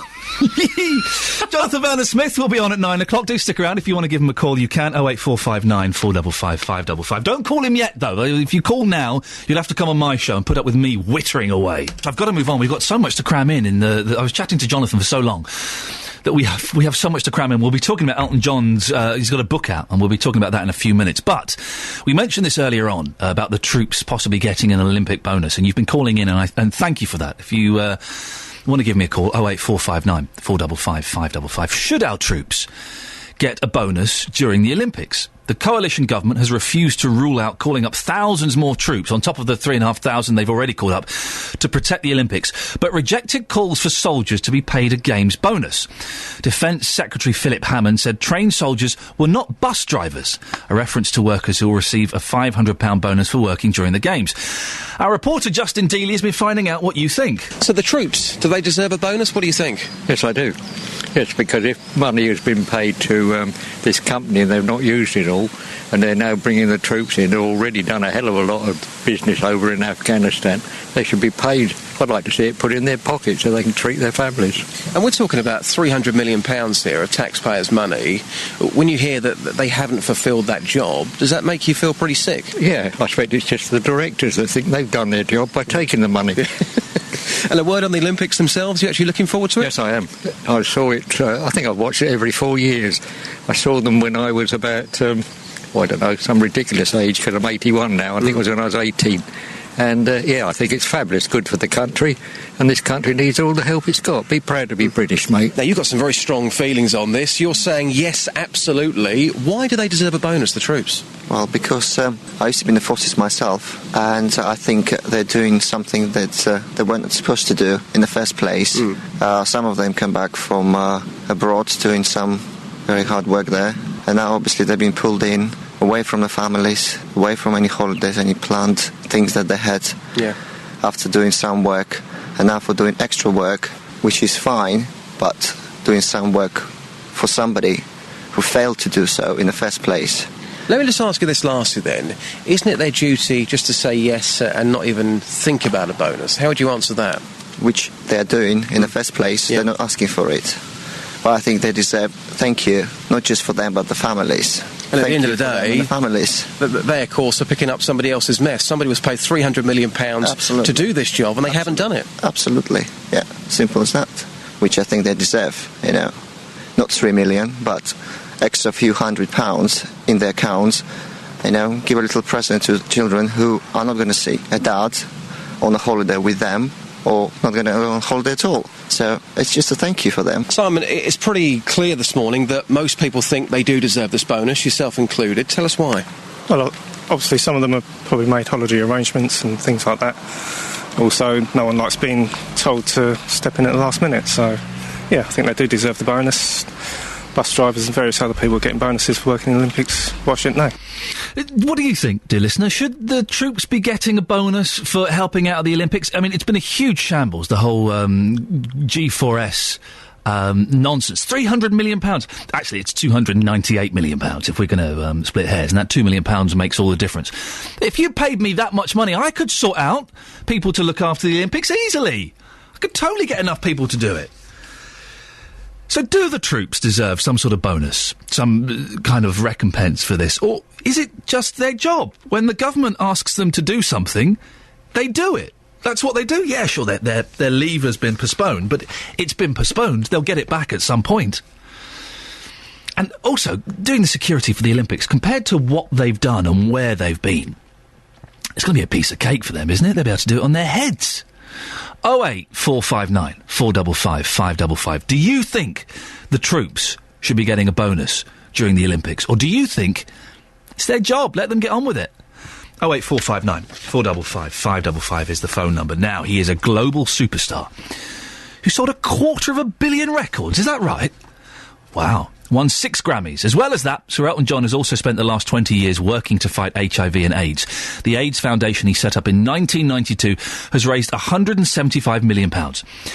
Well, for the first time, he's written a book about AIDS called Love is the Cure, which is published tomorrow. We can eradicate AIDS more or less. There's no cure, there's no vaccine, but we really have this disease by the scruff of the neck. People are still ashamed and frightened to admit that they're HIV positive. With a disease that's so treatable now, and down to 1 pill a day in most cases, it's a far more treatable disease than diabetes, and it shouldn't be a shaming exercise to say you're HIV. In the book, Sir Elton is very candid about his earlier life. During the 1980s, and probably a little bit before, I was a huge drug addict. I was a cocaine user and alcohol and marijuana. I became self-absorbed. I knew that people were dying of AIDS because I lost so many friends. But I didn't actually do anything. I was in a drug-fueled haze. His career has spanned 5 decades, and he says his enthusiasm has kept him going. Sheer love of what I do. I think any career that lasts this long, you look at everybody whose career has lasted 50 years, 40 years, they're all great live. The Rolling Stones, Pink Floyd, Roger Waters, Bruce Springsteen, Prince, Sting. Your record sales will go up, they'll go down, they'll go down, they'll go up. But what keeps you afloat is your ability to entertain an audience and to communicate with an audience. And I've always been able to do that. He has some firm views on the current popularity of TV talent shows. I have nothing against them, except the fact that when you win the X Factor, you have a year until it's the next person, then you get dropped. Television is not a good way to have a start to career. It's a shortcut to fame, but it's also a shortcut to disaster. I'm afraid the proof of the pudding now is The Voice. The single didn't get in the top 40. They've cancelled the live tour. There's been enough of these programmes now. It's not the right way to go about it. The right way to go about it is by getting in the back of a van with your mates, going playing live, getting all that experience, then making your record. He says he has no immediate plans to ease up on his own career, although being a parent now with his partner David Furnish will have an impact. While I'm doing this, while I'm feeling good, I'm going to keep working and I enjoy it. When Zachary goes to school, that's another different thing. So I want to be here and I want to take him to school and pick him up. I don't want to miss that part of his childhood. But for the time being, I'm continuing as I have done in the past. And Jonathan Vernon-Smith will be discussing Elton John from his show at 9 o'clock, asking, do kids miss having a mum? We can call Jonathan after 9 and talk to him about that. We've got some texts here, 81333. We're talking... well, here's one that's about nothing we've been talking about, but is interesting. Ian, and I'm going to read it as it's written. OK, grammar and all. Ian. By the way, it's Ian, I-A-I-N. The correct way of spelling it. I took my grandchildren to Saturday and Sunday, to Battleground Disgusting Wardown Park, Luton. Please ask Luton Council when to clean it up and Pope's Meadow. No more carnival, etc. on it again. Dave from Luton. I think what he's saying is that after the Love Luton Festival, the field's in a bit of a mess. And when's it going to be sorted? We talked about this last week. And the council reckon it will take a month. Some of the experts reckon it might take a bit longer. Or we should find out this week from the Green Flag Association what their view is on it. We'll look into that and see if we can get that on the show this week. Also asking, how long do you let your kids watch TV? And this one is anonymous. Do include your names on the texts and emails when you get in touch. We gave up our TV 4 years ago. We do watch DVD. Due to being in child development and brain psychology, our child gets 30 minutes most days, occasionally up to 1.5 hours. TV is second-hand learning unless you then do the activity to bring the two together. TV takes a couple of hours to process in the brain, so 1 hour at least before bed should not be done. TV and electronic equipment spoils communication skills. People use TV far too much and to the detriment of their children. I agree for the most part, but I do think that TV can be wonderful and educational. And this text, I don't know if it's a man or a woman, says about bringing the two together, and I think that is important. At the weekend, Mr. Maker. We watched it, then we made it. We watched it, and then we made it. And then if there are bits we couldn't do, we watched that little bit back again, and then we made it. So I think the interactivity, I think using TV as a passive tool is perhaps dangerous. Across beds, hearts and bucks, this is Iain Lee on BBC Three Counties Radio. Good morning, I'm here till 9 o'clock if you want to give me a call. 08459 455 555. Some of the lines are free. We've got some texts here about... we're asking, should the Army be given an Olympic bonus for helping out? A text here. I understand G4S are being paid £30,000 per head. Do not know what they are paying their staff, but normal average is £7 an hour. Young troops will be paid around £3 an hour. Out of this, they'll be paying accommodation and food charges, no doubt, says Richard.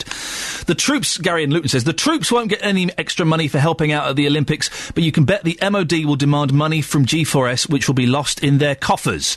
The troops should be given their normal pay, plus the same wage as others employed by G4S, tax-free, says Gary in Luton. Well, there is an argument that they're just doing their job. You know, that when the government says, hey, troops, do something, they do it. They serve. That's what they're brilliant at doing, following orders. We've got Lynn in Hemel. Good morning, Lynn. Hi, Ian. What do you think about this? Should they be given a bonus? I think it's disgusting that anyone's even thinking they shouldn't have one. Why is that? Because they're not just doing their job. Their job doesn't involve policing some sort of stupid event, does it? Well, some people would argue that their job does involve policing events around the world, that's what they've been doing. No, but what they're doing, this is a sort of social event. The government have screwed up yet again, employed a company that can't do the job, and then dragging the forces. Why should they be dragged in when they were supposed to be on holiday? And I'm just playing devil's advocate here. Why? The purpose of the army is to serve their government. And if their government says, we need you to do this, then they don't ask any questions. They get on and do it. And that's right and proper, isn't it? No, it isn't. You think that the army should be able to question what jobs they're sent to do? Well, I do, to be honest. If they've just come back from Afghanistan, it's a bit different from, like, policing some public event. But if you take that to its logical conclusion, if there was a war that the army didn't agree with, they could then say, oh, actually, we don't think this is ethically right. We're not going to go to it. So they have to follow orders, don't they? I think to a point they do, but that's a completely different argument, isn't it? No. I mean, if they're sent to a war, that's fine. Right.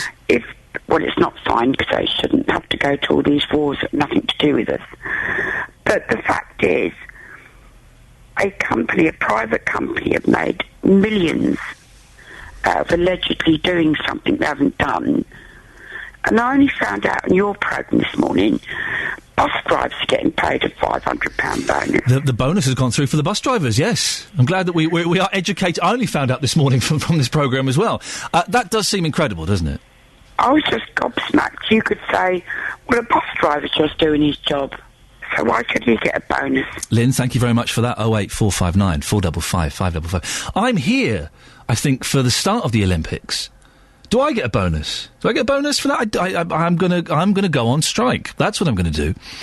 I'm going to withhold my services until I am paid an Olympic... Because I'll be getting, like, loads of Olympic updates I'll have to read and stuff. It's not like it's my job or anything. 08459 455 555. We could have a new superstar living in Bedfordshire. Jack Hooper from Bedford is one of a handful in the country to be awarded a full scholarship by the Andrew Lloyd Webber Foundation. What does this mean? Well, the £27,000 grant will fund 18-year-old Jack's tuition fees at the Liverpool Institute of Performing Arts, which was established by Sir Paul McCartney. Jack's on the line now. Good morning, Jack. Morning. How did you feel when you found out? I was absolutely shocked, over the moon at the same time, but... yeah, couldn't believe it.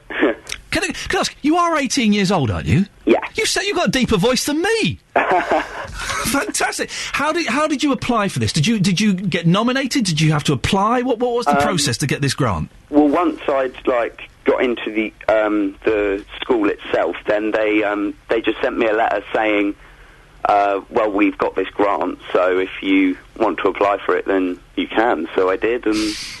We've got this big load of cash. If you want to apply for it, you can. Yeah, go on then. I'll have a go. Did you get to meet Andrew Lloyd Webber? No, I met one of his casting directors. Okay. And what are you going to be studying? I know it's a performance art, so it's kind of dance, drama, and music and everything combined. Yeah. But what do you want to specialise in?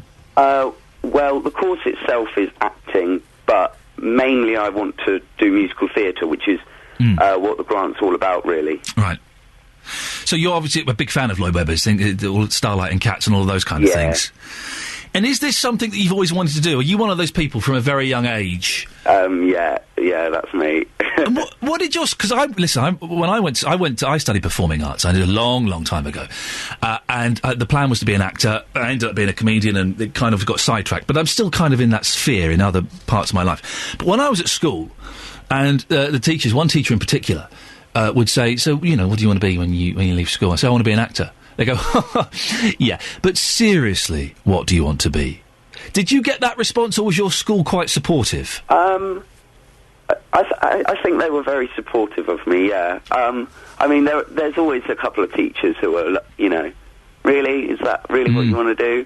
But, no, I think most of them are behind me. I remember there was one teacher in particular who was adamant that I was never going to have any career in performance or whatever. And then after I left school, maybe about 6-7 years later, there was an article written about me in The Guardian, a big page article about me in The Guardian, which meant I'd made it. And this teacher sent me a letter saying, "Oh, Ian, it's so marvellous to see you doing so well. It'll be wonderful to keep in touch." I never wrote back. That was my way of saying. Jack, listen, how long is the course? Is it a 3-year course? Yeah, 3 years. Fantastic. Listen, you're about to have and you go this September, do you? Yeah. You're going to have the best 3 years of your life, Jack. Enjoy every moment of it. Thank you. And congratulations and best of luck, and I hope it works out the way you want it to. Thank you. Superb. There we go. Talent, I think you have to kind of support it, and you have to applaud it, and you have to encourage it. And there are so many places where they don't, and it's like, well, that's not a proper 3-year course. Well, do you know what actually it is? It's hard work. It's not the same as studying history or... it's physics. It's hard work. Wish you the very best of luck, Jack. That would be superb. There was a story, I meant to mention this earlier on, and I completely forgot, because we could have done a thing on this. Never mind, maybe we'll have a look at it tomorrow. Women have higher IQ than men. It's in the Mail. It's in a few of the papers. Women have higher IQ than men. For the first time in IQ testing, psychologists have found that female scores have risen above those of men. Now, the thing about... men have always had higher IQs than women. And for the first time, women now have the higher IQs, and it's all about evolution of the way we work and the way our brains function and stuff. But IQ tests, if I'm right, and if you've ever done an IQ test, it'd be good if you give me a call. IQ tests, it's not like proper intelligence, is it? It's not stuff that's useful to you. It's not how do you apply for a mortgage. It's kind of weird questions that analyse, it's, you know, you look at a box and there are 3 numbers in it and you have to work out the missing number. No, hang on, that's Sudoku. But it's that kind of thing, isn't it? It's getting your brain around stupid little problems that in the great scheme of things serve no purpose whatsoever. It's Mensa is, I think, one of the weirdest, elitist organisations there is. You can only join if you've got a certain IQ. And what do they do? Have we got anybody in Mensa listening to this? I doubt it. They probably were the other week when David was doing the show, but when it's me listening, they've all switched off and found some intelligent show somewhere else. If you're a Mensa member, or you've applied for Mensa, what do you do? What does it entitle you to? Do you get like a little badge and a card that says, I've got a high IQ? How does it work? 08459 455 555 is the phone number. What kind of questions do they have to test your IQ? It sounds like a nonsense, really. Yes, women, congratulations. You can have a higher IQ. We'll let you have that. But what purpose does it serve you in life? One of the reasons for women having higher IQs is that lives have become more demanding as they multitask between raising a family and doing a job. Another is that women have a slightly higher potential intelligence than men and are only now realising it. 08459 455 555 is the telephone number. How does that work? The whole IQ thing is it's just invented by some people to make them look good, isn't it? That's how it works. 08459 455 555 is the telephone number. Beds, Hearts and Bucks News. BBC Three Counties Radio. Here are the headlines at 8:45 on BBC Three Counties Radio. The government will today announce details of a £9 billion investment in Britain's railways. The projects will include extending electrification of the Midland Main Line from Bedford to Sheffield, upgrading the East Coast Line and the reopening of the East-West link from Oxford and Aylesbury to Milton Keynes. Police are appealing for mobile phone footage after 3 men were stabbed in a fight at the Milton Keynes Bowl during Saturday night's concert by the Swedish House Mafia. One man, a 23-year-old from the West Midlands, suffered a punctured lung, but Thames Valley have described it as an isolated incident and say overall they were pleased with how the event passed off. In sport, Watford centre half Adrian Mariappa is expected to complete a £2 million move to Reading today. Hornets manager Gianfranco Zola said last week they wouldn't stand in Mariappa's way if he wanted to move to the Premier League. The weather for Beds, Hearts and Bucks, a cloudy day. It's wet, basically. I just say it's wet. Light patchy rain this morning, with heavier rain this afternoon. Top temperature, 18 degrees Celsius. Good morning, this is Iain Lee on BBC Three Counties Radio. Don't forget, after 9 o'clock, I know that a couple of new listeners have strayed onto this station because they've kind of followed me from whatever nonsense I used to do elsewhere. If you are listening because you wanted to hear me, stick around after 9 o'clock to listen to JVS. He's genuinely brilliant. I'm not towing the company line here. I wouldn't do that. I genuinely think he's fantastic, and I make a point of when I'm driving home. Sometimes I go out of the range a little bit. If I have to drive into town or something, I drive a little bit slower so I get to hear him. His Consumer Hour after 11. The whole show's fantastic, but the Consumer Hour is just a joy. Just a joy. Some of the stuff. This year's bad weather has proved almost apocalyptic for much of the UK's wildlife, says the National Trust. Many birds, bats, butterflies, bees, amphibians and wildflowers have been struggling in parts of Bedfordshire in the cold, wet conditions. Somebody else who's been struggling in the cold, wet conditions is Justin Dealey, who's at Dunstable Downs this morning. Good morning, Justin. Ian, good morning. Normally at this time of the year I'm seen up here on the Dunstable Downs in my string vest, but this time of the year it's horrendous. I can't believe how cold and grey it is. It's dreadful up here. What does it look? It's damp and dark, is it? It's absolutely horrible. I've got to be honest with you. It's like an October's morning up here. It's not particularly pleasant. But in saying that, actually, if you were to be somewhere on a cold, horrible morning, the Dunstable Downs is still a good place to be because you can see for miles around you. No, seriously, it is a beautiful Come on, part Justin. It's not. It is beautiful there. I've been there. It's fantastic. It's not as good as being in bed, though. This is where we'd all like to be. The whole breakfast team would like to be in bed right now. Not the same bed, but in bed nonetheless. Let's talk to the National Trust's Conservation Advisor, Matthew Oates. Good morning, Matthew. Yeah, good morning. How has the weather affected the local surroundings? Well, weather affects our wildlife and us hugely, of course, and our climate is terribly flexible. I mean, it changes immensely, and we do tend to get appallingly bad summers from time to time. That's nothing new, but this one is especially bad, let's face it. So much of our wildlife is having a really bad time this year. There are always winners and losers, but this year, at the moment, there are actually precious few winners, but it has been a surprisingly good year for downland orchids, especially something called the bee orchid, which does what it says on the packet and tries to mimic a bee. It tries to mimic a bee? Well, it looks in shape, not like wonderful. It's pink, but in shape the flower looks like a bee, so it's quite staggering. It's been a really good year for them. Are there any animals, Matthew, that are benefiting from the weather?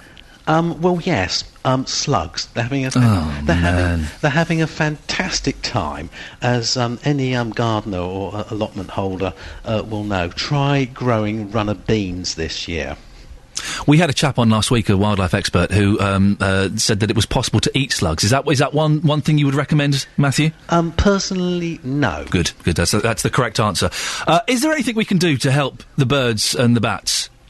Well, there isn't much really we can do at this time of year. Obviously, we're very geared up towards feeding winter birds, but putting out the wrong sort of food at this time of year, which then gets fed to baby birds, is likely to do more harm than good.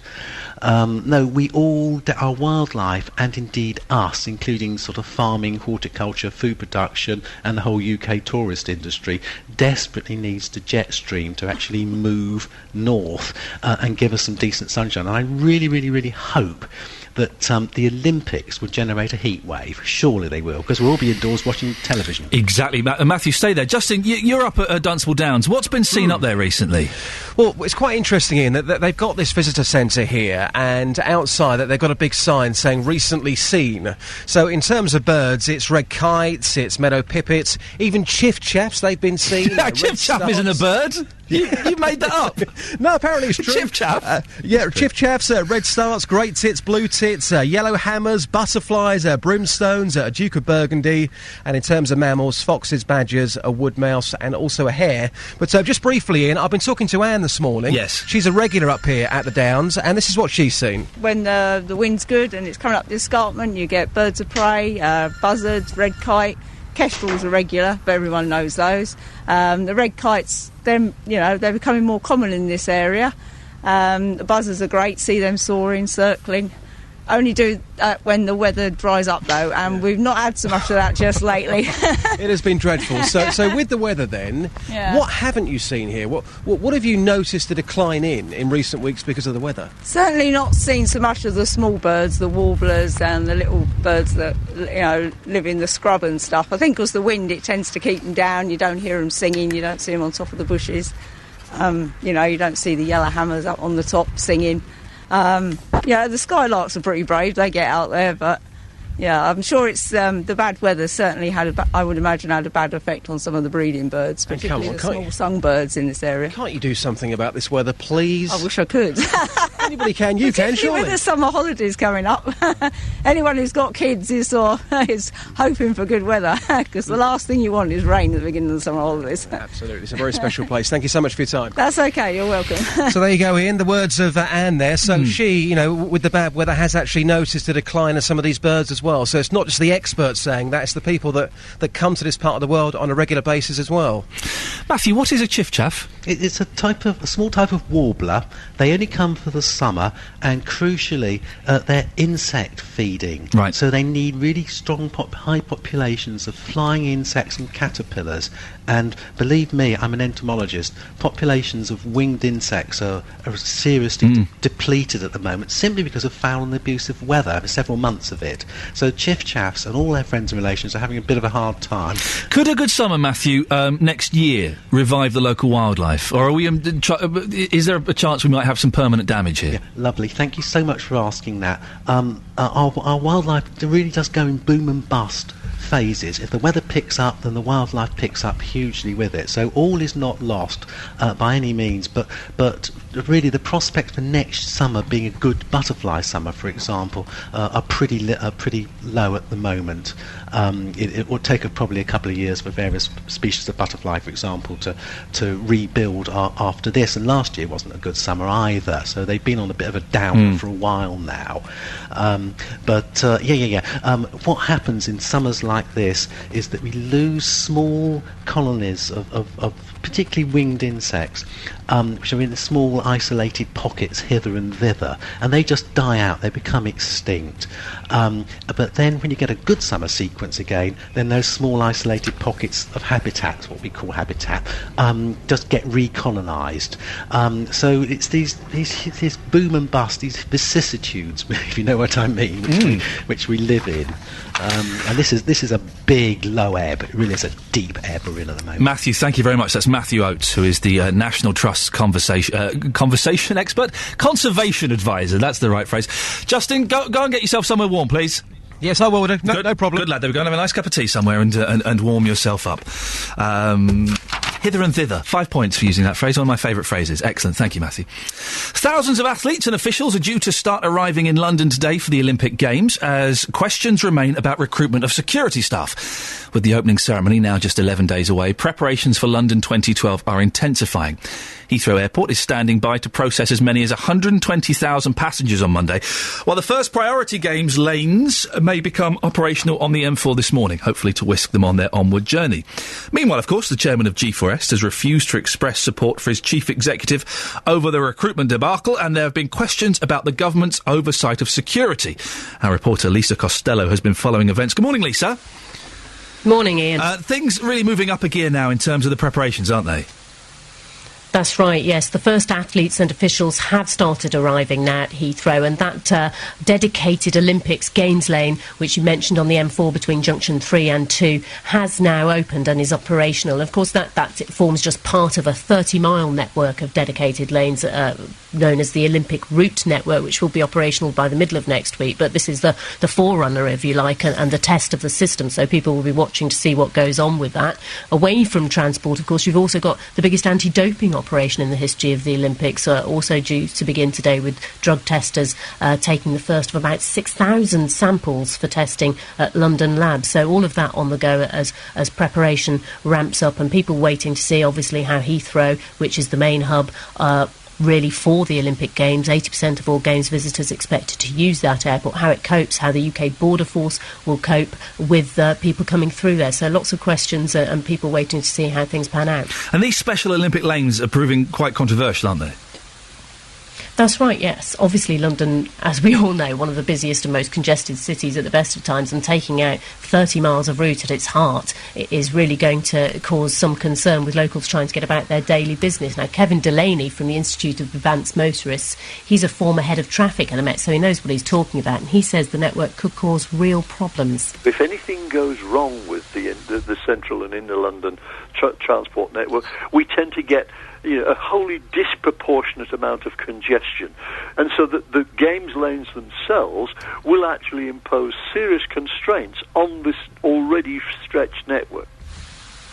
And, of course, quite apart from the concerns of congestion, you don't want to stray into these lanes because you're going to get slapped with a £130 fine if you do. So pause for thought there. Ouch. Very quickly, a political row ongoing about the recruitment processes of G4S. Who knew what, when and where and who should have known what, when and where and who. And it's all just so complicated, isn't it? Yeah. It is very complicated, but all of this is not going anywhere fast, and pressure really building on some of those involved, particularly Nick Buckles, the chief executive of G4S. He hasn't had the backing of his chairman, the chairman of the company, John Connolly, and Nick Buckles will go before the Home Affairs Select Committee tomorrow to answer questions on this, so we may see some more developments in this story before then, but clearly some serious questions for the company to answer. Many people saying serious questions for the government and the Home Secretary, Theresa May, to answer as well, about why there wasn't closer scrutiny of the ability of G4S to deliver, and why there wasn't earlier intervention from the government, because we all know now that there was a report nearly a year ago which pointed to the fact that there was problems, and why was it that the government didn't intervene at an earlier date? The chairman of London 2012, Lord Coe, says security hasn't been compromised, but clearly there are serious questions to answer on this. Lisa Costello, thank you very much. And a final text on the should the armed forces get a bonus. This is from Phil. As a former member of the armed forces, the idea of being paid extra for policing the Olympics would not have been raised without the interference of the media. As a member of the forces, you just get on with it.